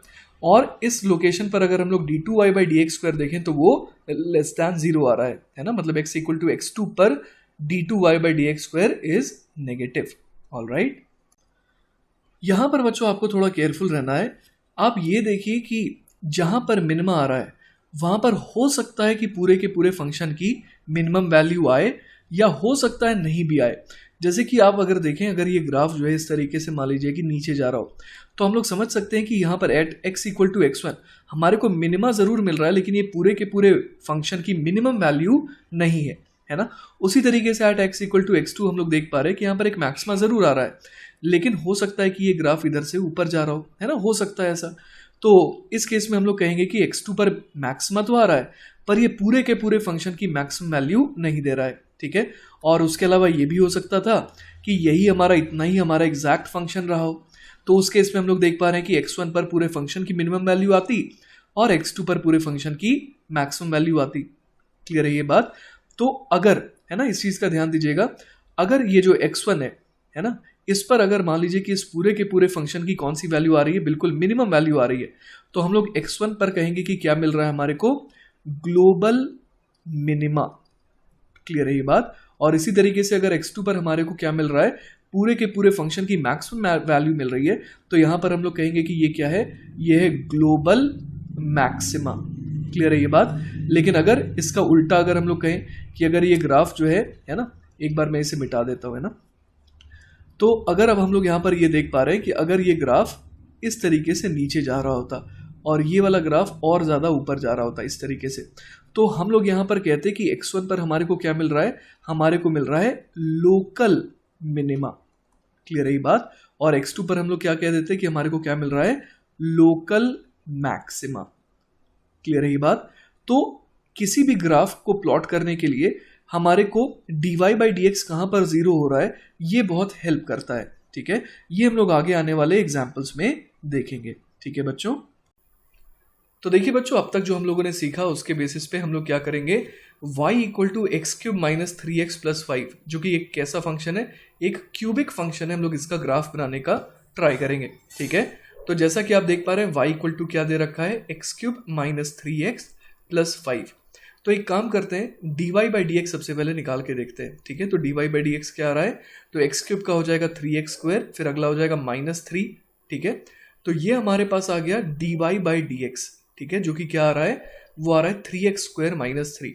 तो ये हमने निकाला स्लोप, है ना, ये हमने निकाला slope as a function of x, ठीक है। अब हम लोग ये चेक करना चाह रहे हैं कि आखिर ये जो स्लोप है ये जीरो कहाँ पर हो रहा है। तो हम लोग यहाँ पर लिख सकते हैं स्लोप इज, है ना, स्लोप इज जीरो एट, और वो फाइंड आउट करने के लिए क्या करेंगे, तो हम लोग यहाँ पर बोल देंगे कि 3x स्क्वायर -3 इक्वल टू 0। तो यहाँ से x की वैल्यू क्या आ रही है, तो देखिए x की वैल्यू आ जाएगी +-1। तो हमारा जवाब क्या हो जाएगा, स्लोप इज जीरो एट +-1, है ना। इन दोनों वैल्यूज पर जो स्लोप है उसकी वैल्यू एग्जैक्टली क्या हो रही है, जीरो हो रही है, ठीक है। अब देखिए बच्चों, ये -1 और +1 इसमें से कहाँ पर मैक्सिमा आ रहा है, कहाँ पर मिनिमा आ रहा है, ये निकालने के लिए हमें क्या करना होगा, हमें फर्दर यहाँ पर d2y by d x square करना होगा। तो डबल डिफ्रेंशिएट करने पर देखिए क्या आ जाएगा, ये आ जाएगा 6 टाइम्स x, ठीक है। तो अब अगर, है ना, यहाँ पर हम लोग देख पा रहे हैं कि एक वैल्यू +1 है और एक वैल्यू -1 है। तो अगर हम लोग x इक्वल टू +1 की बात करें तो वहाँ पर हम लोग क्या देख पा रहे हैं कि d2y by d x square जो है वो क्या आ रहा है, तो 6 इंटू 1, तो ये आ जा रहा है पॉजिटिव, है ना, 6 आ जा रहा है। और हम लोग ये भी देख पा रहे हैं कि x इक्वल टू -1 पर क्या हो रहा है, d2y bye d x square, ये कैसा आ जा रहा है, तो ये आ जा रहा है -6, मतलब ये आ गया नेगेटिव। क्लियर है ये बात। तो देखिए बच्चों, हमें ये याद है कि मिनिमा कब आता है, जहां पर डबल डिफरेंशिएशन पॉजिटिव होता है, और मैक्सिमा कहां पर आता है, जहां पर डबल डिफरेंशिएशन नेगेटिव होता है, ठीक है। तो बच्चों, जैसा कि आप यहां पर देख पा रहे हैं, डबल डिफरेंशिएशन जहां पर पॉजिटिव आ रहा है वहां पर क्या आएगा, वहां पर आएगा मिनिमा, ठीक है। और जहां पर डबल डिफरेंशिएशन नेगेटिव आ रहा है वहां पर आएगा मैक्सिमा। क्लियर है ये बात। तो देखिए, हमारे को काफी डेटा यहां पर मिल चुका है, ठीक है। तो देखिए बच्चों, यहाँ पर मैंने y एक्सिस बना दिया, यहाँ पर मैंने x एक्सिस भी बना दिया, है ना। अब हम लोगों को यहाँ पर दिख रहा है कि x इक्वल टू 1, ठीक है, x इक्वल टू 1 और x इक्वल टू -1, ये दोनों क्रिटिकल पॉइंट्स है ना। यहाँ पर हम लोग देख पा रहे हैं कि स्लोप 0 है। इनफैक्ट x इक्वल टू 1 पर हमारे को क्या मिलने की उम्मीद है, मिनिमा, और x इक्वल टू -1 पर हमारे को क्या मिलने की उम्मीद है, मैक्सिमा, ठीक है। अब यहाँ पर देखिए एक बहुत आसान सी वैल्यू है जो हम लोग यहाँ पर निकाल सकते हैं, वो है x बराबर 0 के करस्पॉन्डिंग, है ना। तो हम लोग यहाँ पर क्या देख पा रहे हैं, y0 जो है वो कितना आ जाएगा, मतलब y at x equal to 0 वो आ जाएगा सिंपली 5, ठीक है। तो यहाँ पर मैं लेटर से इसे 5 कह दे रहा हूँ, क्लियर है ना। तो अब हम लोग यहाँ पर क्या देख पा रहे हैं, -1 और +1 ये दोनों क्रिटिकल वैल्यूज है। तो y की value at x equal to 1 कितनी आ जाएगी, तो देखिए वो आ जाएगी 1 + 5 6 और 6 - 3 इज 3।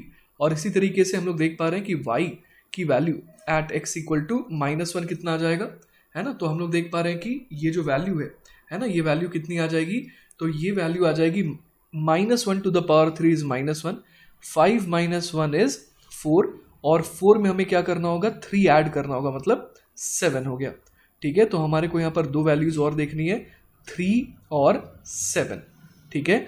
तो x इक्वल टू 1 पे है ना, y की वैल्यू क्या आ रही है, 3 आ रही है, और x इक्वल टू -1 पे है ना, x इक्वल टू -1 पे y की वैल्यू क्या आ रही है, वो आ रही है 7।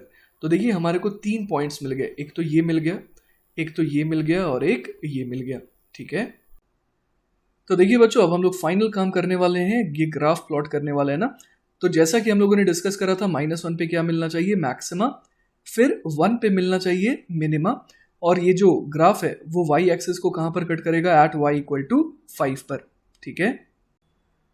तो देखिए बच्चों, यहाँ पर हम लोग फ्री हैंड ग्राफ बना सकते हैं कुछ इस तरीके से, है ना। यहाँ पर हम लोग देख पा रहे हैं कि -1 पर मैक्सिमा, फिर ये 5 से होते हुए जो है इस तरीके से आएगा, और यहाँ पर हमारे को क्या बनना चाहिए, मिनिमा ना। और इस तरीके से हम लोग समझ पा रहे हैं कि ग्राफ जो है वो बन जाएगा, ठीक है। तो ये हम लोग देख पा रहे हैं यहाँ पर कि x इक्वल टू -1 पर y की वैल्यू क्या आई, वो आई 7, फिर x इक्वल टू 1 पर वैल्यू क्या आई, वो आई 3, और हम लोग देख पा रहे हैं कि यहाँ पर ये जो ग्राफ है ना, वो कहाँ जा रहा है, वो नेगेटिव इन्फिनिटी से पॉजिटिव इन्फिनिटी की तरफ जा रहा है, क्लियर है ये बात। और हमारे को -1 पर क्या मिला, हमारे को मिला लोकल मैक्सिमा, और 1 पर मिला लोकल मिनिमा, ठीक है। चलिए बच्चों, तो पिछला जो ग्राफ था वो हम लोगों ने देखा कि वो क्यूबिक ग्राफ था। इस बार हमारे पास इक्वेशन है y बराबर x² - 3x + 1, ठीक है। तो इस बार देखते हैं कि इसका ग्राफ किस तरीके से आएगा, ठीक है। तो सबसे पहला काम हम लोग क्या करते हैं, हम लोग dy/dx निकालते हैं।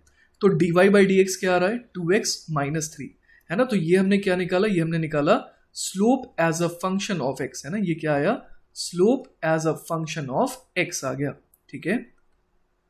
अब नेक्स्ट स्टेप बच्चों हम लोग क्या देखने वाले हैं कि ये जो स्लोप है ये 0 कहाँ पर हो रहा है ना। तो 2x - 3 इक्वल टू 0 कहाँ पर हो रहा है, तो हम लोग देख पा रहे हैं x इक्वल टू 3/2। तो हम लोग यहाँ पर क्या कह सकते हैं, at x equal to 3/2 slope is 0, clear है ये बात। अब हमारे को ये चेक करना है कि इस लोकेशन पर है ना हमारे को क्या मिला है, मैक्सिमा मिला है या फिर मिनिमा मिला है। तो उसके लिए हम लोग क्या करते हैं, उसके लिए हम लोग d2y/dx² निकालते हैं। तो d2y/dx² इस बार क्या आ रहा है, तो देखिए वो 2 आ जा रहा है ना। तो इस बार हम लोग यहाँ पर क्या देख करके समझ पा रहे हैं कि इस बार जो हम लोग देख पा रहे हैं कि d2y/dx² है वो बेसिकली एक कांस्टेंट है, और वो क्या है, ऑलवेज, है ना। ऑलवेज क्या आ रहा है, ये पॉजिटिव आ रहा है। तो हम लोग समझ पा रहे हैं कि इस केस में स्लोप जो है वो हमेशा क्या होता जा रहा है, स्लोप हमेशा बढ़ता जा रहा है ना। स्लोप जो है वो हमेशा बढ़ता जा रहा है। तो इस केस में हम लोग क्या समझ पा रहे हैं, इस केस में हम लोग समझ पा रहे हैं कि एट x इक्वल टू 3/2 हमारे को क्या मिलेगा, हमारे को मिनिमा मिलना चाहिए, क्योंकि मिनिमा की खासियत क्या होती है बच्चों, तो आप देख पा रहे हैं कि पहले स्लोप नेगेटिव होता है, फिर 0 और फिर पॉजिटिव। मतलब हम लोग समझ पा रहे हैं कि स्लोप लगातार बढ़ता जाता है ना। तो इसका मतलब ये हुआ कि इस ग्राफ की खासियत ये है कि इस ग्राफ का स्लोप जो है वो हमेशा क्या होता जा रहा है, बढ़ता जा रहा है। और जहां पर dy/dx 0 आ रहा है वहां पर हमारे को क्या मिलेगा, ऑब्वियस है कि वहां पर हमारे को मिनिमा मिलेगा, ठीक है। तो देखिए बच्चों, अब ग्राफ बनाने के लिए मैंने सबसे पहले यहाँ पर y एक्सिस और x एक्सिस बना दिया, ये हमारा ओरिजिन है। अब हम लोग देख पा रहे हैं कि x इक्वल टू 3/2 पर है ना, let us find out y की वैल्यू, है ना। तो y कितना आ रहा है, तो y आ जा रहा है 3/2 का स्क्वायर -3 × 3/2 प्लस 1, तो ये कितना हो जा रहा है, तो ये हो जा रहा है 9/4 माइनस 9/2 प्लस 1। तो इसको अगर कैलकुलेट करें तो ये कितना आ जाएगा, एलसीएम 4 आ गया, 9 माइनस 18 प्लस 4, मतलब ये आ गया 13 माइनस 18/4, मतलब -5/4। ठीक है, तो देखिए बच्चों हमारे पास एक और डेटा आ गया कि एट x इक्वल टू 3/2 है ना, x इक्वल टू 3/2 पर जो है हमारे को y की वैल्यू क्या मिल रही है, -5/4 मिल रही है। ठीक है, तो ये रहा एक पॉइंट जो हमारे को मिला है। इसके अलावा हम लोग एक और सिंपल सी वैल्यू निकाल सकते हैं, वो है अगर x इक्वल टू 0 की अगर हम लोग बात करें तो x इक्वल टू 0 पर y की वैल्यू क्या आ रही है, तो वो देखिए बड़े आराम से हम लोग देख पा रहे हैं कि वो 1 आ जा रही है। क्लियर है ये बात, तो ये रहा 1 है ना, तो हम लोग देख पा रहे हैं कि एक पॉइंट ये है और एक पॉइंट ये है। अब हमारे को ये समझ में आ रहा है कि x इक्वल टू 3/2 पर हमारे को क्या बनाना है, मिनिमा बनाना है। तो बहुत स्मूथली हम लोग क्या करेंगे, इन दोनों पॉइंट्स को कनेक्ट करेंगे। ठीक है, तो आइए कनेक्ट करने की कोशिश करते हैं। ये आया ग्राफ इस तरीके से, है ना, तो ये हम लोग देख पा रहे हैं ये हमारा ग्राफ बन गया। तो बच्चों इस ग्राफ की खासियत हम लोग क्या देख पा रहे हैं कि ये ग्राफ जो है वो पॉजिटिव इन्फिनिटी तक तो जा रहा है, लेकिन इसकी जो मिनिमम वैल्यू है वो हम लोग देख पा रहे हैं कि कितनी आ रही है, -5/4 आ रही है ना। मैक्सिमम वैल्यू तो क्या है वो तो हम लोग समझ पा रहे हैं कि वो तो बढ़ती ही जा रही है, इन्फिनिटी तक पहुंच रही है, लेकिन मिनिमम वैल्यू इसकी है ना, और वो कहाँ पर है, एट x इक्वल टू 3/2 पर। ठीक है, और बच्चों एक और चीज मैं बता दूं कि यहाँ पर जो हम लोगों ने इक्वेशन देखी थी वो किस फॉर्म की थी, y बराबर ax² plus bx plus c जैसी, यहाँ पर a b c कॉन्स्टेंट्स थे। तो इसके करस्पॉन्डिंग ये जो ग्राफ है इसको हम लोग कहते हैं पैराबोला। ठीक है, चलिए बच्चों, तो नेक्स्ट जो एग्जांपल हम लोग देखने वाले हैं वो देखने वाले हैं y equal to x plus 1/x का। तो अब हम लोग इसका ग्राफ बनाने का ट्राई करेंगे। ठीक है, तो देखिए बच्चों सेम स्टेप्स फॉलो करेंगे ना। सबसे पहला स्टेप क्या है कि हम लोग क्रिटिकल पॉइंट्स ढूंढेंगे ना। तो हम लोग देख पा रहे हैं कि dy/dx इस बार क्या आ जाएगा, तो x का डिफरेंशिएशन हो जाएगा 1, ठीक है, प्लस 1/x का डिफरेंशिएशन हो जाएगा -1/x²। ठीक है, तो यहां से हम लोग देख पा रहे हैं कि हमारे को क्या मिल गया, ये हमारे को मिल गया slope as a function of x, है ना, ये क्या आ गया, slope as a function of x। तो अब देखते हैं कि किस x पर स्लोप जो है वो 0 हो रहा है। तो 1 - 1/x² को हम लोग क्या पुट कर देंगे, 0। तो यहां से देखिए हमारे पास x की वैल्यू क्या आ जाएगी, +-1 आ जाएगी, है ना। तो इन दोनों वैल्यूज पर हम लोग समझ पा रहे हैं कि स्लोप जो है वो क्या हो रहा है, 0 हो रहा है। क्लियर है ये बात। इसके अलावा बच्चों एक और चीज का ध्यान दीजिएगा कि यहाँ पर एक क्रिटिकल वैल्यू और छिपी हुई है, वो है x equal to 0। x equal to 0 पर हम लोग देख पा रहे हैं कि y क्या हो रहा है, y is not defined. Clear है ये बात। अब देखिए बच्चों हमारे को ये भी फाइंड आउट करना होगा कि x इक्वल टू 1 और x इक्वल टू -1 इनमें कहाँ पर मैक्सिमा आ रहा है, कहाँ पर मिनिमा आ रहा है। ठीक है, तो जैसे कि हमारे पास dy/dx आ गया, तो d2y/dx² अब निकाल लेते हैं। ठीक है, तो ये कितना आ जा रहा है, 1 का डिफरेंशिएशन हो जाएगा 0, फिर -1/x² का डिफरेंशिएशन कितना हो जाएगा, तो वो हो जाएगा -x की पावर, है ना, -2 -1। क्लियर है ये बात। और इसे मल्टीप्लाई किससे करना होगा, इसे मल्टीप्लाई करना होगा -2 से। और ये मैंने कैसे किया, तो मैं यहाँ पर करके दिखा देता हूँ, है ना, -x की पावर -2 में इसे कॉल कर सकता हूँ।